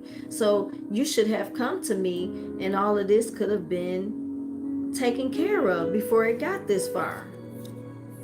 So eventually at the end, Jody ended up getting kicked out of the ministry. Because it's like, you're calling this girl. She didn't even call you to find out anything about the ministry.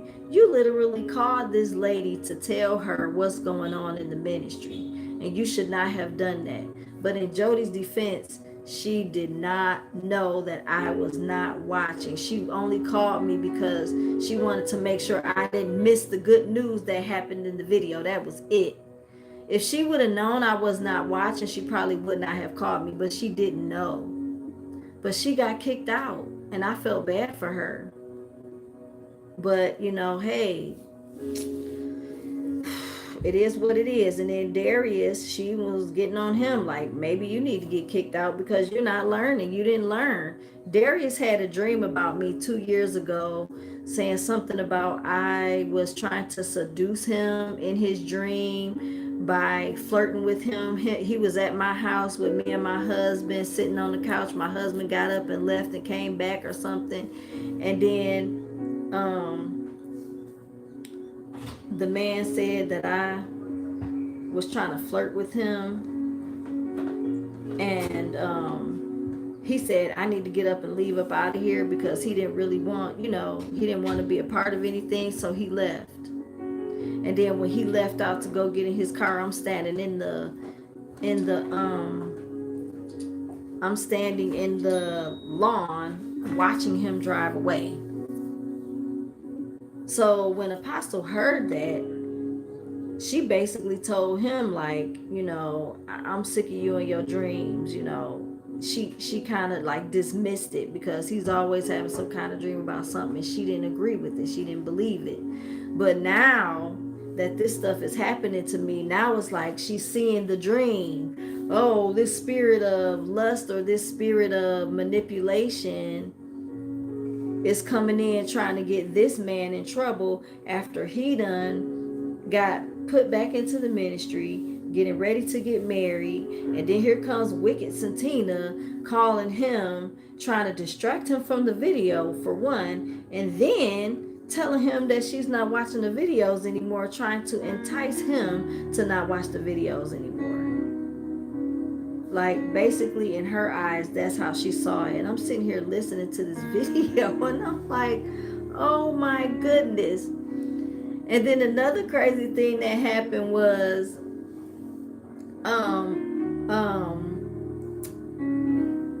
her friend, okay, she told Jody, like, you were still going to give them rides after they left the ministry? And Jody was like, well, I thought it was still okay. Basically, she thought it was still okay to give us rides because we're considered family. But when Apostle told her, about, she got on her about everything that she was a part of, then it's like, oh, no, Queen, no, I don't have to give them no rides. I don't have to, because we're being looked at as evil now. Like, we're being looked at as manipulated by the evil one. So it's, oh, no, Queen, I'm trying to follow Jesus. I want to follow my Queen and follow Queen Belimsey Ministries. I'm not trying to give place to the devil in no kind of way. So she, in that instant, she disconnected from us. But Apostle was like, you felt a certain way about this woman, meaning me. You felt some way about Santina. You felt like something was wrong with her, but you were still willing to give her rides. So you're part of the problem because you felt like you seen something in this woman that wasn't right. But instead of you disconnecting and then telling me about it, you just continue being this lady's friend and helping them and taking them around and whatever. So that just got her in more trouble. So, and then she started saying like, how does Santina feel like she can still get rides from my members and she's no longer interested in the ministry? So I'm sitting here trying to figure out like, what in the world? This lady is my friend. She's not just a Queen Belimsey member just like I am. This lady was my friend. Like our friendship that we started had nothing to do with the ministry. We had a connection with music. That's what connected us and made us friends. So, yes, we're both still in the ministry. Yes, we both were watching the videos. We were still a part of everything, but we were friends in the ministry and outside of the ministry. But Apostle made it seem like you left the ministry and you still expect my members to help you. You still expect my members to give you rides. Like, what is that? Basically, now I'm trying to use her members. She said that. And so now that really made me upset because I do my best to try not to be a burden on people so people don't feel like I'm using them or people don't feel, and even if they do something for me, I do my best to show my appreciation, whether it's giving them gas money and buying them something to eat or doing something for them in return. I try my best to show my appreciation and make it to where whatever they did for me is not in vain. I've always been that way.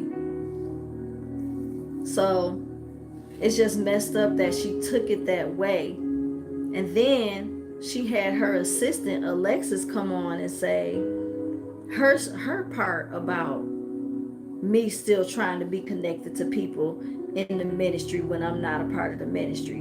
Alexis basically said, how can you, it's just like if you go to a college, right? When you leave the college, if you drop out or whatever the case may be, you don't have access to that college anymore. You can't even get in unless somebody lets you in, right? Which we know, yeah, that in most colleges you have to have, some kind of a key or a key card or something in order to get in. You can't just walk up in a college building. You have to show that you're supposed to be there or show that you're a student. So pretty much that's what she was basically saying, like, you don't have access to things in this school anymore when you drop out. Your key card don't even work, so you can't even get in unless somebody lets you in. So basically that's what she was referring to me. You don't have access to things in the school anymore because you're no longer a member at the school. And that's basically what she was saying about the ministry. You don't have access to things that belong to the ministry. That's what she said. You don't have access to things that belong to the ministry because you walked away. You dropped out. You have nothing else to do with the ministry. So, and I'm looking at it like, and Apostle was like, oh, wow, this girl is, she has great discernment or she's got wisdom or something. And I'm sitting here listening to it like, these are people. And these people are my friends. Like Jody, she was my friend. And when we left the ministry, we still were told that we still had access. So I asked this lady if she could give me a ride to the eye doctor because I had a surgery coming up and I needed a ride. I needed somebody to drive me there and be there to take me back home. Because Apostle was like, Jody, Santina still called you and asked you for a ride after she left the ministry? And she said yes. And then that's how all of this happened, with Alexis saying what she said, and then Apostle saying, you're trying to still use my members after you left the ministry. And I didn't know that the ministry, your friendships had stipulations on the ministry, like for instance, if you have a job and your job, with the job comes a company car, you're able to drive the car as long as you're working for that company. But then when you're done working there, you have to give the car back because it's not yours. That's basically kind of how she was trying to say it is with this ministry and with friends in the ministry. Like, these people belong to the ministry. When you leave, you don't get to take these people with you. They belong to the ministry. I didn't know that. I'm looking at it like, okay, just like any other friend I've made in the world, no matter where I made their, no matter where the friendship came from, whether it's high school, college, the grocery store, the mall, we're friends until we decide not to be friends no more. Like, that's the way friendships work. But apparently in this ministry, if you walk away from the ministry and you no longer want to have anything to do with the ministry, you have to disconnect from those members, because you can't be friends with people and people are talking to you about what's going on in the ministry, which I would have never done that. I would have never done that, because my obedience to God was to walk away and don't be watching the video. So I would not have been asking people, hey, what happened today? What's going on in the video? That's none of my business. But we would have still been friends. We can be friends without talking about the ministry, you know, but apparently not. So I just didn't understand that. And Alexis was so confident in what she was saying. And I'm sitting here like, that don't make any sense. I can see if I left the ministry and I no longer had any parts of the ministry, but I was still trying to get t-shirts and dresses, you know, all the stuff that she give her members. Then I can see her saying that. But people are independent people. They have their own mindset. They make friends with who they want to make friends with. They do what they want to do, because we're human and we're adults, right? So I just didn't understand how that had anything to do with me being friends with people. I didn't know. If I would have known, then I would have never asked this woman for a ride, because now it's being thrown up in my face as if I left the ministry, but I'm still trying to reap the benefits of being a part of the ministry. Like, I didn't know that was a benefit of the ministry. I thought, this woman is my friend. We help her out. She helps us out. It's not just that she gives us rides. We do things for her too. And even though we're not a part of the ministry anymore, we were still open to, you know, being there for her for whatever she needed, like we always have. But she had to turn against us. If she wanted to stay a part of this ministry, she had to deny our friendship and everything. Oh, no, no, no. I don't have to talk to them. I won't, you know. She blocked us. We're blocked. And that's fine, you know what I'm saying? Because I wasn't planning on reaching out to her anymore anyway, after finding out that that was not the thing to do. Once Apostle said she don't want me communicating with her members, I haven't said nothing to nobody. I haven't called nobody, nothing. And God is still taking care of us. So it's not like, okay, now we don't have a ride anymore, so now we're just stuck. Now and our friendship was not based on what she could do for us. I love Jody. We would sing songs together. Our friendship, we would talk on the phone. She would share certain things with me. I would share certain things with her. We were close. It was like, if she was going through something, she could come to me. If I was going through something, I could come to her. We had a real friendship. It wasn't a Queen Belimsey ministry friendship. It was a friendship. So, but now this woman is like, oh no, I don't have to talk to them. Oh no, no, no. And she's, you know, she's gone now. Somebody I was friends with for almost 3 years. So now her story's over. She got kicked out, but then a couple of days later she got restored because she did a video confessing and saying, "Oh Lord, please forgive me for all the evil conversations I had with Santina, and forgive me for this and forgive me for that." And she went on a whole confession video, crying and crying and on her knees and everything. And then, so after she did her confession video and her apology video to Apostle and to the ministry, she got restored back into the ministry. So good for her, because that's what she wanted. But then she called me out of the blue and said, I just was calling you because I love you, and I really want you to, I want God to restore you, and I want God to forgive you. So you should really do a video, a confession video, and do an apology video, because ever since I did that, I feel so much better. I've been restored. God has blessed me. I feel so much lighter. Like, I feel like a big weight has been lifted off of me. And so she was trying to convince me to do the same thing. And, I'm just, I was very respectful. I didn't, say anything bad. I didn't say nothing bad about Queen or nothing. I didn't even tell her whether I was going to do it or not. I just basically was like, well, I'm glad. I'm glad you feel better, and I appreciate you calling me. I told her, I said, I don't believe any of our conversations were gossip or evil, because, you've helped me out a lot. When I have issues, or if I'm going through something and I can call her, she's going to give me a biblical answer, or give me some kind of a spiritual guidance or something in the way that we talk. We don't talk in a gossipy way.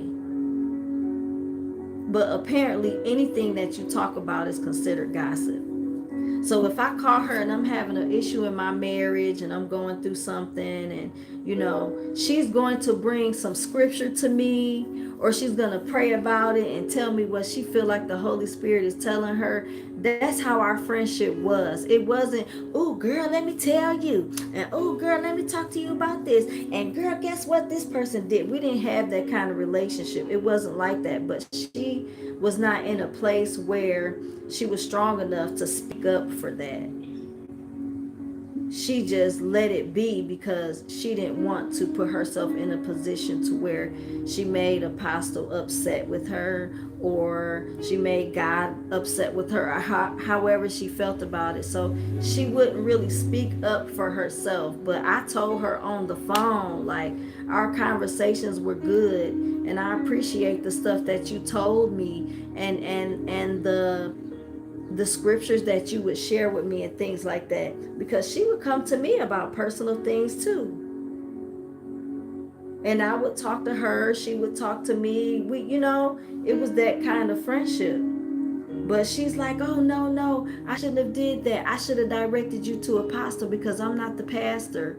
I'm not in a position to tell nobody what they should do, or to tell anybody anything." So I was in disobedience, and I didn't agree with that. But hey, what can I say?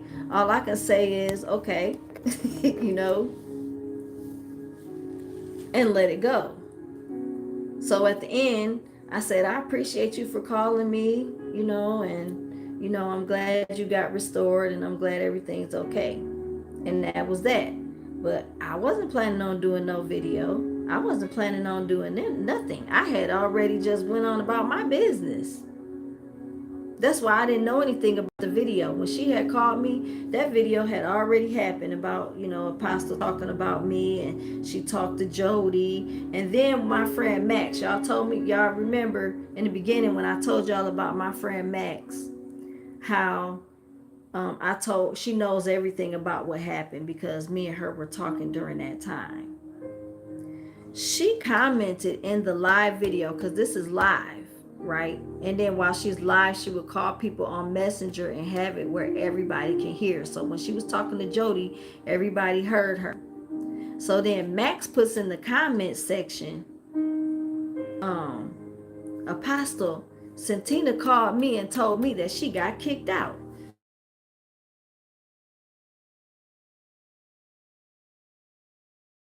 As a liar. What? Why would would she tell you she got kicked out? She's like, Jody, is that how it happened? Did Santina get kicked out? Jody's like, no. She's like, Darius, did Santina get kicked out? He said, no. So now it looked like I lied to Max. For one, I did not tell this lady I got kicked out. And I have proof of me sending that message to her about me leaving the ministry. So she already knew that I left the ministry. She knew that I left the ministry. So why in the world would I call her and say, oh, I got kicked out, I can't talk to you anymore? It didn't happen. So Apostle calls her on the phone and is like, this is the third person she calling. So Max, what happened? She told you she got kicked out? Max is like, yeah. She called me and told me that she got kicked out, and I was confused. I didn't understand what was going on. Now Max acted like she don't know nothing. I have no idea, woman of God.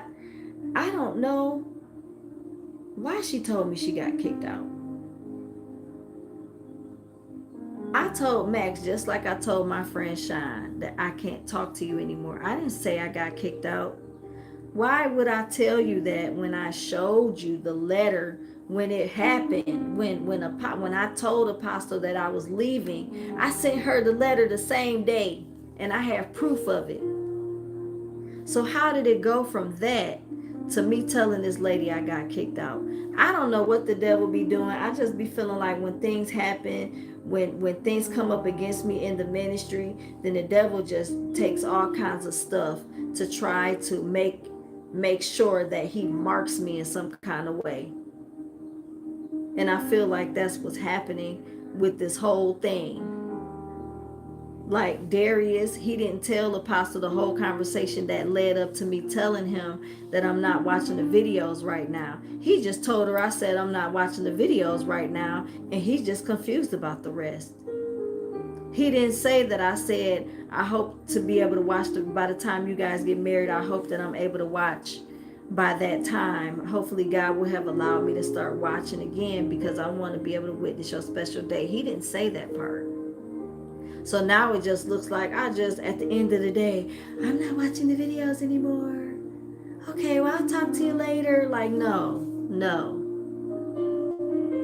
That's not what happened. So, and then here we are now with Max making it seem like I told her that I got kicked out. I did not. I got the proof.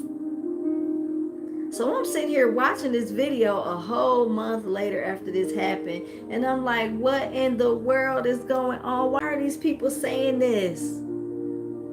And she's like, everybody's not lying on her. Well, somebody ain't telling the truth. And I don't have no reason to lie because I've already left the ministry. I'm not in no danger of being kicked out. So what the heck I gotta lie for? No reason. So yeah, I told this lady I couldn't talk to her anymore, just like I told Shine I couldn't talk to her anymore. And that's when Max was like, well, I'm still going to, if I feel led to call you, I'm going to call you. If I feel led to check up on you, I'm going to check up on you. And that's how our conversation ended. But do you think she told Apostle that? Heck no. She didn't tell Apostle none of that. She just told her that I said that I got kicked out. So it's like it's awful, y'all. I just was feeling so bad because I just feel like everybody turned against me. Everybody, my close friends, everyone.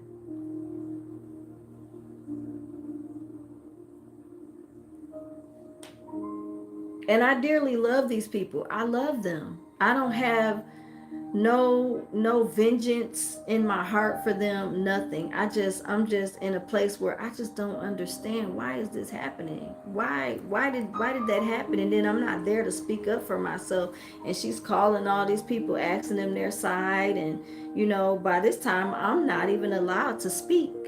So at the end of the day, shoot, anybody can just come on and say anything, and she's just gonna run with it because it's my time to be exposed. So if anybody wants to say anything, you better go ahead and say it. Go ahead and run with it, because she gonna take it and be like, oh, so now she's doing this. And it sucks. And it's like you gotta laugh to keep from crying. It's really not funny. It's not funny to be treated like this. It's not funny to be treated like an outcast or treated like you're trying to do something so evil to somebody. That stuff is not funny because that's not my heart. I know who I am, and I know who my God is and the devil, and I know I'm not giving place for him to use me. So it's like, what is this? I felt like by me being obedient and doing what God told me to do, that the devil was just like, oh, you think you're going to get out of here that easily? Oh, no, I'm going to wreak havoc somehow. You ain't just about to walk up out of here happy. And that's why I feel like he stepped in and did all of this. So she got off the phone with Max, and people is all in the comments, oh, she's trying to do this, and then it's like, she's just calling my members. She's just calling my members. No, these people are my friends, and I had to let them know, hey, I can't talk to you anymore. I want you to know so that you don't call me, because I won't be calling you. She made it sound like I'm just calling her members, the gossip, calling. I'm gonna call this person. I'm gonna call that person. I'm gonna call this person. Then I'm gonna call that person. Like, that's how she made me out to be. And these people have been my friends for years. So then we move on to Shine. Yep, here goes Shine right here. It was the worst. What she did was the most hurtful. Because this person was my best friend, and all these people, they made themselves my friend. Jody, Max, and Shine. They all seen something, some kind of connection in me, and they reached out to me, and that's how we became friends. I was minding my own business. I wasn't looking for no friends before these people. We did that vindication song, me and my husband, and we kind of got known in the ministry. And then, certain people just started wanting to be our friend because of whatever connection they saw. Like, oh, well, we both sing, so hey, we should get together and do some music. Or, oh, we're both visually impaired, so we can help each other, so we should become friends. That's how these people came to me. I didn't come to none of these people asking for friendship, which I value their friendships. I'm not trying to say it's anything wrong with them doing that. It was nothing wrong with it. But now I'm being looked at as somebody who's just calling this lady's members to gossip because I don't have nothing better to do. And I'm looking for a job and I can't find a job. And I just need somebody to talk to, and I'm lonely. So I'm calling her members to gossip. And that's something that she said in the video. And I'm like, what in the world? And nobody's going to speak up and say, well, woman of God, we call each other. We confide in each other. We're friends. Nobody's going to do that. They're just going to let her say whatever she say and just go with it because they want to make sure that their spot in the ministry is safe. And that's sad. So my friend Shine, she typed in the chat, woman of God, she called me. She told me she can't talk to me anymore either. So now it's like, oh my God, she reached out to Vashandala too. So she gets Vashandala on the phone, and like I said, I reached out to these people because they're my friends, and I had to let them know that we can no longer be connected. Okay, that's why I reached out to these people. So now it's like, oh shoot, the gossip done spread. She done called Vashandala. so I called her. No, I didn't. I actually didn't call her. I messaged her when I got off the phone with my husband, and I was just distraught, y'all. I was crying and everything. I was really lost on what just happened. So I called my friend Shine. Now she became my best friend. It was more so like, we're not best friend QBM sisters. We're best friends. Like, whether we're in the ministry or not, we're friends. Like, that's how she looked at our friendship. I can trust you. You can trust me. We're friends. We talk to each other, whatever. Like, we confided in each other. We cried together. She could come to me and tell me personal business that she wouldn't tell nobody else. I could come to her and confide in her. We would pray together. We would cry together. We would read the Bible together. Like, we were saved friends. But we trusted each other to the point where we could tell each other anything. And it's been like that for almost 3 years. So now here we are today. She puts in the chat, yeah, she told me she couldn't talk to me no more. So Apostle called her on. And she said, Vashandala, she reached out to you at 5 o'clock in the morning? She said, yes, Queen. It was 5 o'clock in the morning. Like, I can't believe she called me that time. You know, a morning. That's how it sounded to me. That's just my opinion. That's how it sounded to me. Then it's like, why would she reach out to you that early? She said, I don't know, Queen. So you can imagine how this conversation is going. So she said, when she called you, what did she say? She said, she told me that she couldn't talk to me anymore, right? So somewhere along the line, Apostle had asked her, what kind of conversation do we have? So she told Apostle, she said, well, you know, we're both visually impaired. So we talk about stuff that has to do with our eyes. We talk about stuff like medications we take. We talk about things that have to do with, you know, things that they have out for visually impaired people, like different utensils and programs that they have out for visually impaired people. She like, we talk about stuff like that. And Apostle was like, oh, okay. So my friend was basically downplaying our friendship. Okay, I lost Facebook for a second. She was downplaying our friendship to make it seem like, oh, we just talk about visually impaired stuff that have to do with being legally blind, right? But we're best friends. We talk about everything. She shares personal things. If she was to sin and needed somebody to talk to her, to pray for her, she would call me, crying. Oh, since I did this, I need you to pray for me. And we would pray together. Our friendship was very close, but she got on there making it sound like, oh, we just talk about visually impaired stuff. And I'm like, wow, that's crazy. So next thing you know, she asked her, she said, well, when you guys talked on the phone,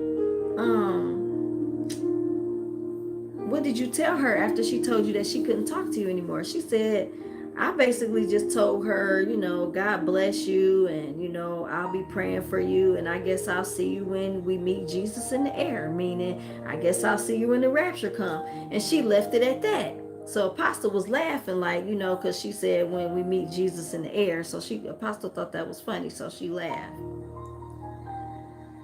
And I'm sitting here looking at the video like, Heifer, we was crying. We were crying on the phone together. You told me that if I needed to talk to you or relay a message to you, I could reach out to your mama. I have her mama's phone number. Me and her mom were friends on Facebook. Me and this lady were close. And I just can't believe she downplayed our friendship to the point of, you know, hey, we just talk about visual impaired stuff. And I don't know why she was calling me that early. I didn't, not calling her, texting her that early. I text her that early because I know she's usually up that early. And if she was up, I wanted to talk to her and tell her what happened and tell her that I couldn't talk to her anymore.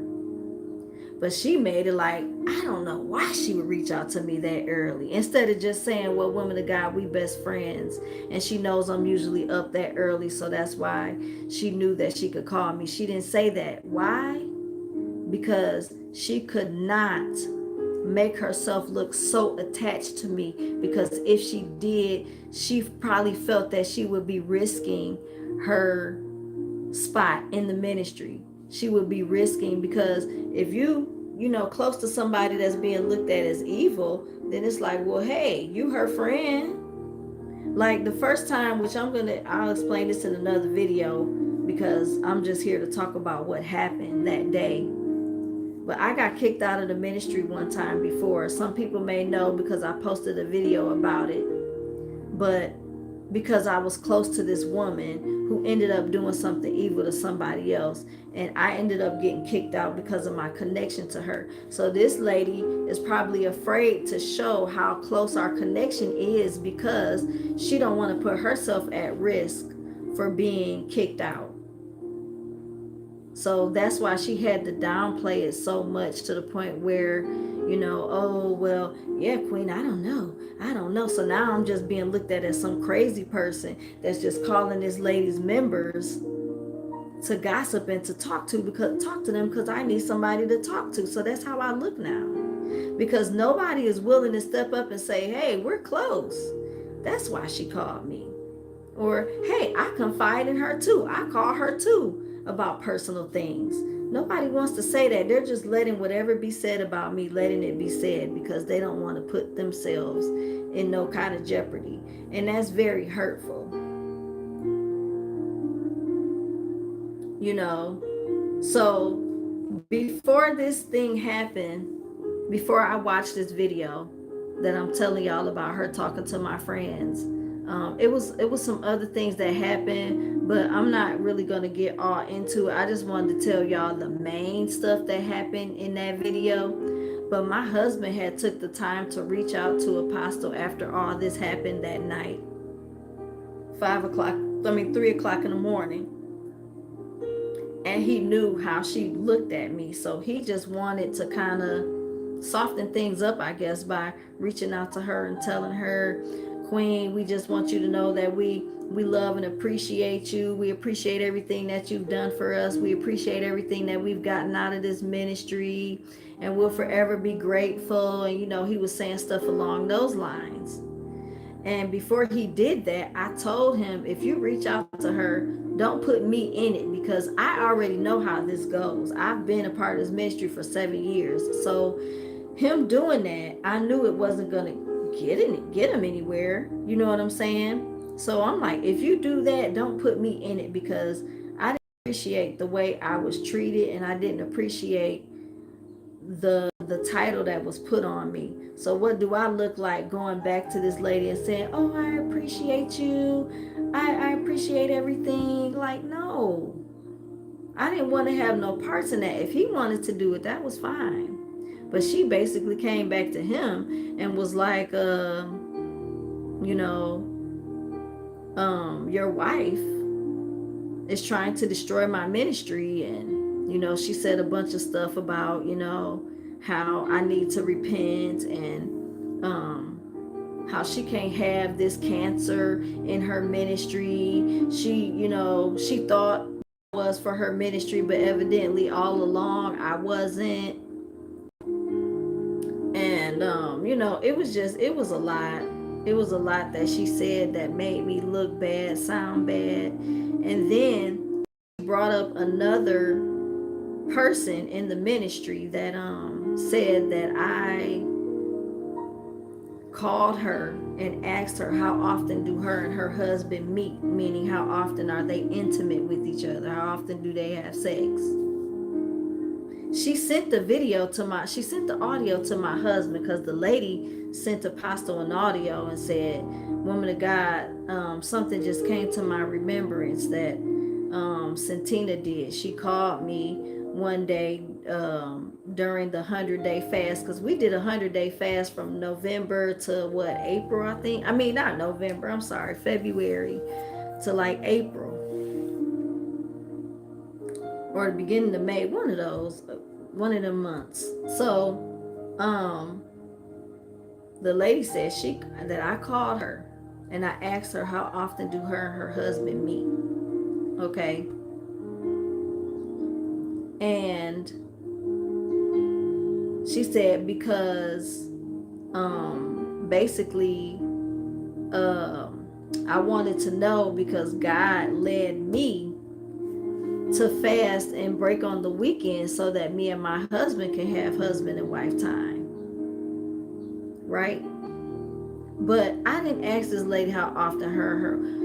What do I look like asking anybody? I have sisters that I've known my whole life I would never even ask them about how often they're intimate with their significant other or their man or their husband. I don't care about that. I don't. Why would I even want? Why would I even think to even care about that? I didn't ask this lady how often do her and her husband meet.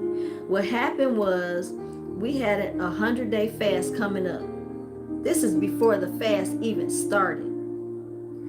Apostle told us, she said, when you guys fast, you do your fast the way God leads you to do it, because I'm going to do my fast the way God leads me to do it. And I'm not coming on here every day telling y'all it's time to break or we breaking or whatever. She said, you do your 100 days however God leads you to do it. And I reached out to my husband and I asked him, I said, are we going to do the 100-day fast? First he said no. And then I said, well, can I do the 100-day fast? And he like,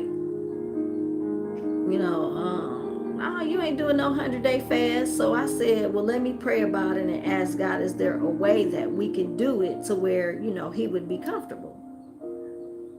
So I prayed and I asked God if it was okay if we get to break on the weekend so we can spend time together as husband and wife. And that don't necessarily mean being physically intimate. That's just us being able to come together as husband and wife and spend time together, whether that be watching a movie, eating some popcorn, going out, whatever the case may be. And yes, of course, being intimate as well. That's part of it. But that was not my main focus. So when I reached out to this lady, I asked her, so how are you doing your fast? That's exactly what I asked this lady. How are you doing your fast? She told me, she said, I'm going to do mine from 6 to 6. First I asked her, was her husband fasting with her? Because at first, I didn't know what my husband was going to do. So I asked her, was her husband fasting with her? And she said, no, he's not fasting. God's still working on him, whatever. So I said, okay, well, how you going to do your fast? And she said, I'm doing mine from 6 to 6. Because, whatever between her and her husband. So I said, okay. And then I told her how I was planning on doing my fast, how God gave me the okay to do mine. Because I was trying to see if, I didn't know if she had a plan or what she was going to do, but I just wanted to let her know how I was doing it, because maybe she might, be like, oh, that might be a good idea. We could just break on the weekends. I was just giving it to her as, like, hey, maybe you might want to do it that way or whatever. But she told me that she's doing hers from 6 to 6. So I said, okay. And that's how we ended that conversation. But then at the end of her audio, she said, at the end of our conversation about that, Santina asked me, do I miss African American praise and worship? And she said, I told her, no, I'm happy where I'm at. That lady did not say that. Yes, I did ask her, did she miss African American praise and worship? Because I was going through this thing where I was trying to remember some African American songs, but I had been a part of this ministry for so long, and we'd be singing a lot of African songs. And I'm like, man, I feel like I'm starting to forget my African American praise and worship songs. And when I was talking to her, I wanted to ask her, do she ever miss African American praise and worship? And she said, she told me, no, I'm happy where I'm at. She did not say no. She didn't say no, first of all. She said, girl, whenever I want to do some praise and worship, I just know some praise and worship songs, and me, my husband, and my kids will be in the living room dancing and singing, right? She didn't say anything about being happy where she was at, because that wasn't the dynamic of the question that I asked her. I didn't ask her, do she want to go to an African American church, or do she miss African American church? It's plenty of times where Apostle will let us know that she missed African praise and worship. Recently, when she went to Nigeria, she came back and was talking about how she missed that praise and worship, and how she wished that she could have brought that praise and worship back here to America. I didn't get offended. She's from Africa. So of course she's gonna miss certain things about her country that she loved when she was there. Nothing wrong with that. That's just like an African going to another African who lives in America and say, man, don't you miss authentic African food from Africa? Is that trying to manipulate that person to go back to Africa with them? No. They're just reminiscing on how it was in Africa and how they wish they could have that here.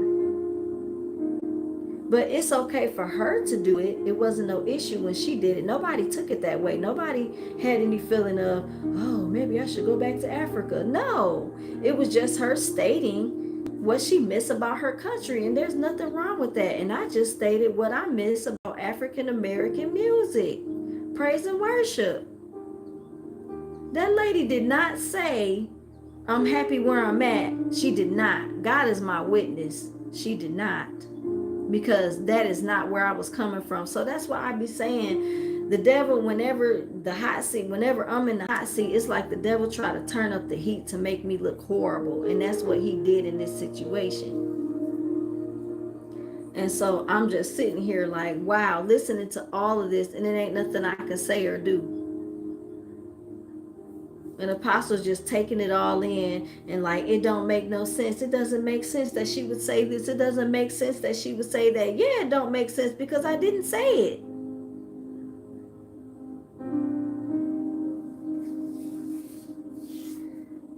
But at the end of the day, it is what it is. In that ministry, I'm being looked at as an evil person, trying to destroy this lady's ministry, trying to get all the African Americans out of her ministry to follow me to, I don't even know where, because I don't have anywhere to lead these people. It's not like I have a church where I can say, hey, I'm going to this church. Don't y'all miss African American praise and worship? Y'all should come on over here with me. I don't have that. I just asked an innocent question. And then it's being twisted as if I'm trying to get this lady to leave the ministry. And that's not it. This was back in February, y'all. I was a part of this ministry then. None of this talk of me being obedient and going where God wants me to go or leaving the ministry, none of that had even been thought of. I was still 100% a part of the ministry. I was still doing all the assignments. I was getting ready to do the 100-day fast. How in the world, if I'm 100% still a part of this ministry, am I trying to get somebody else to leave it just because I asked them, do they miss African American praise and worship? One African American to another African American. That lady knows good and well I wasn't coming to her in that way. I don't even know why she was even led to say that. It just, like I said, I just feel like the devil tries to use whatever he can to make people look bad that are, being accused of things. But no, I didn't ask that lady how often do she meet with her husband. God is my witness. I didn't ask her that. I wouldn't even be comfortable enough to ask her. I don't talk to that lady enough to even feel comfortable to ask her no intimacy-ish questions about her and her husband. I just wanted to know how she was going to do her fast being a married woman, because I'm trying to figure it out myself. And I just wanted to give her the idea, like, oh, well, this is what I'm doing just in case, hey, you might want to think about that, or, just trying to help a sister out. Even though she didn't ask for my help, but I just wanted to tell her because God said it was okay for me to do it that way. So maybe, she might be able to do it that way. I don't know, but no, I didn't ask that lady nothing about her intimacy with her husband. I didn't. And I don't understand why that even came out that way. So yeah, that's basically what happened, you guys. It was awful, and I feel bad, and I feel bad for my friends that they didn't feel comfortable standing up for our friendship, and not even standing up in the way of choosing me over the ministry, just in the way of expressing what it really is, how our friendships really were. They didn't feel comfortable enough to express that because, like I said, they didn't want to get themselves caught up in whatever I had going on, or whatever I was in, whatever the devil was trying to do. So,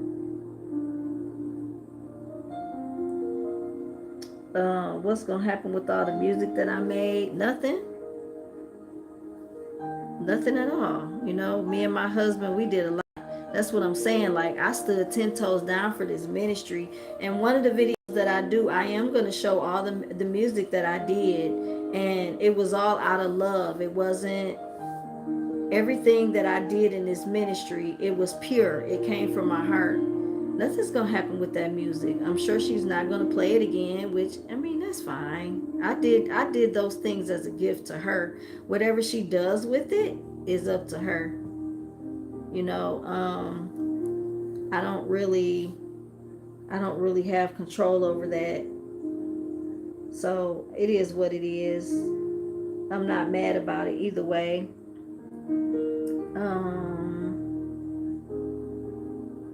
Yes, because I'm definitely going to pray for them. And I did. I had to walk away, but I just felt like I needed to release this so that I can have a sense of freedom from what I was experiencing. I'm just going back looking at y'all comments, but the story is pretty much over. That's pretty much how it ended after I seen all that stuff. I just basically I just went my own way, and I don't know if they still talk about me or not, but it's okay.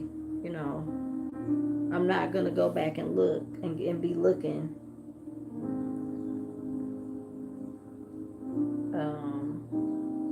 So yeah,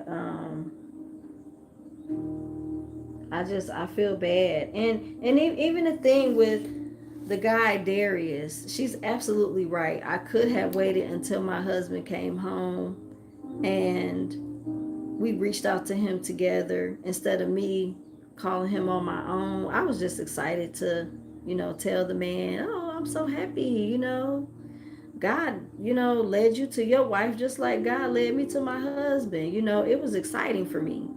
But in actuality, yes, I could have. But at the same time, me and my husband don't have the type of relationship where you can't talk to a man unless I'm around, or you can't talk to a woman unless I'm around. Our friendship with Darius was, we're both friends with him. He had my number just like he had my husband's number. I had his number just like my husband had his number. Sometimes Darius would call me. Sometimes he would call Trey. Sometimes he'll call me and then call Trey after he called me, or whatever. Like, it was no secret. Or if he was on the phone with me, he'll ask me, where Trey at? And then I say, oh, he's right here.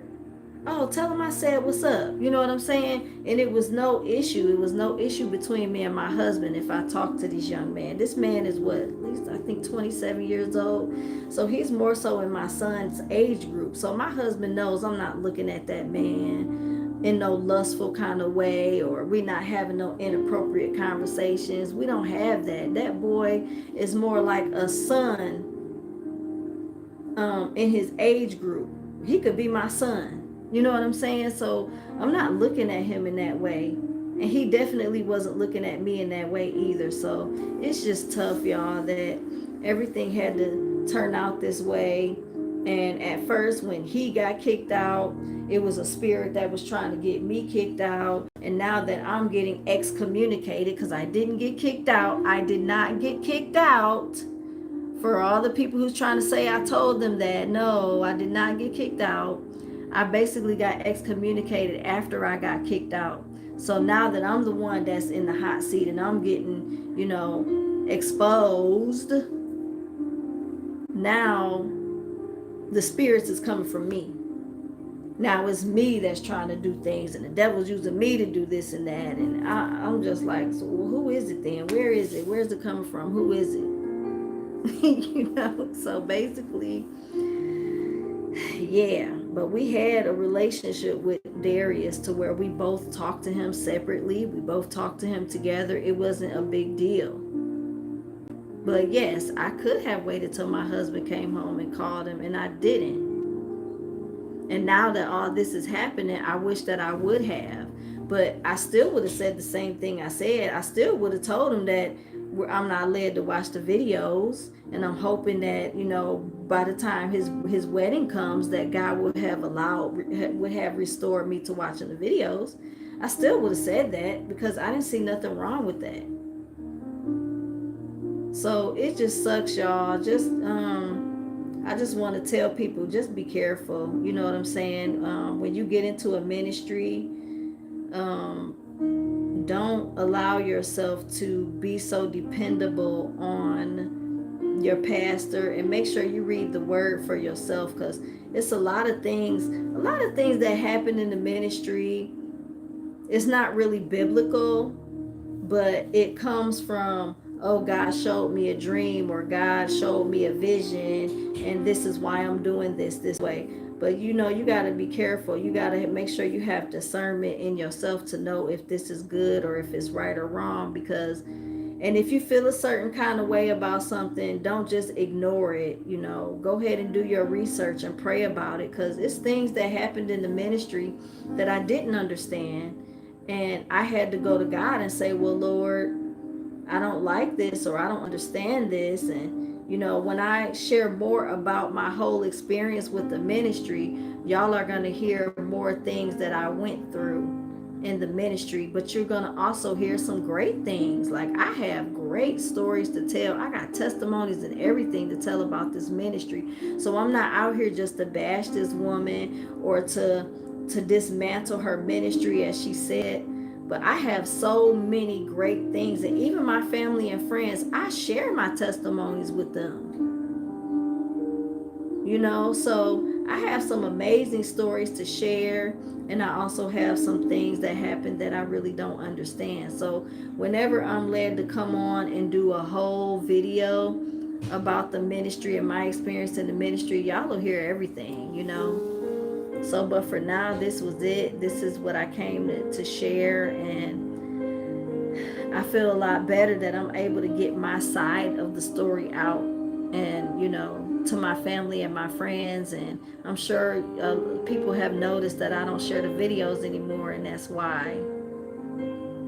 So I just pray that you just pray for me, pray for my journey. Whatever God is doing, that His will come to pass in my life. And anything that I have done wrong, I pray that God will show me so that I can repent. I'm not too big to where I can't repent. I'm nobody. You know what I'm saying? So if God shows me that I did something wrong, I have no problem with repenting.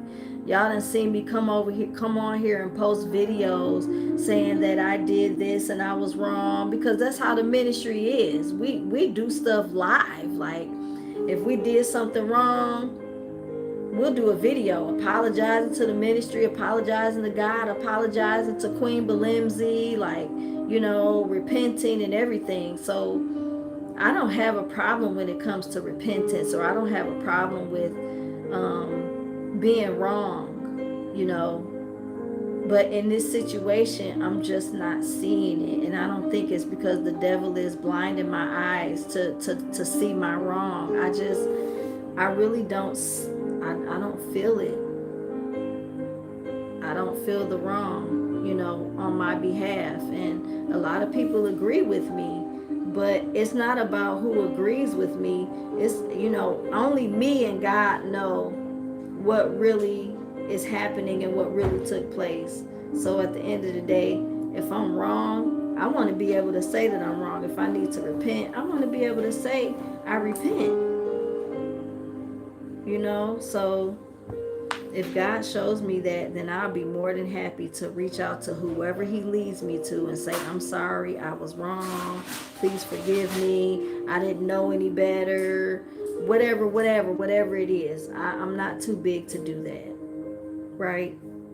So I do appreciate you guys for watching and listening to my story and being respectful and not dogging the ministry or the woman of God or anything like that, because it was not my goal to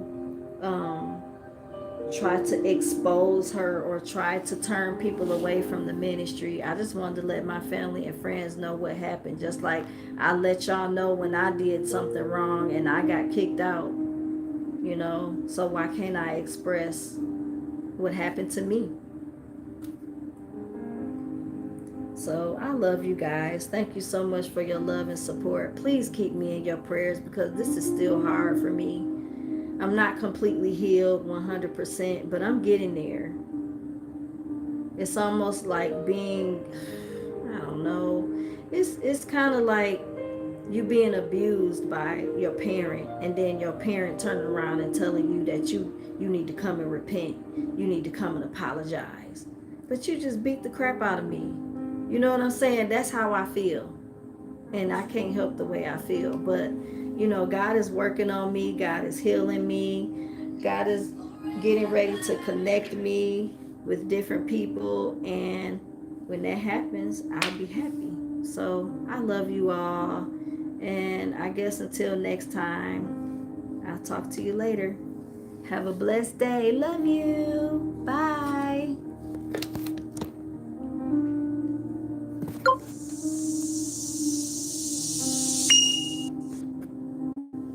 All right, let me disconnect everybody.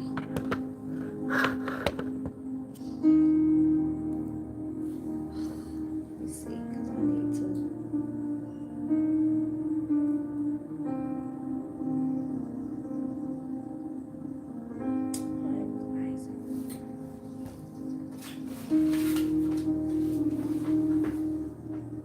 Okay.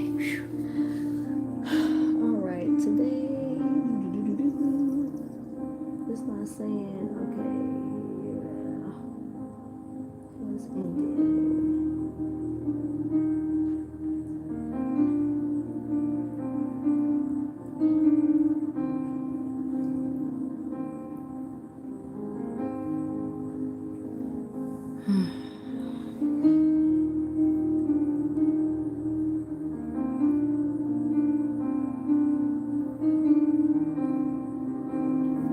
How do I make it to where it stays? That's what I want to make sure I do. Well, hopefully I can go ahead and. Are you sure you want to stop? Yes.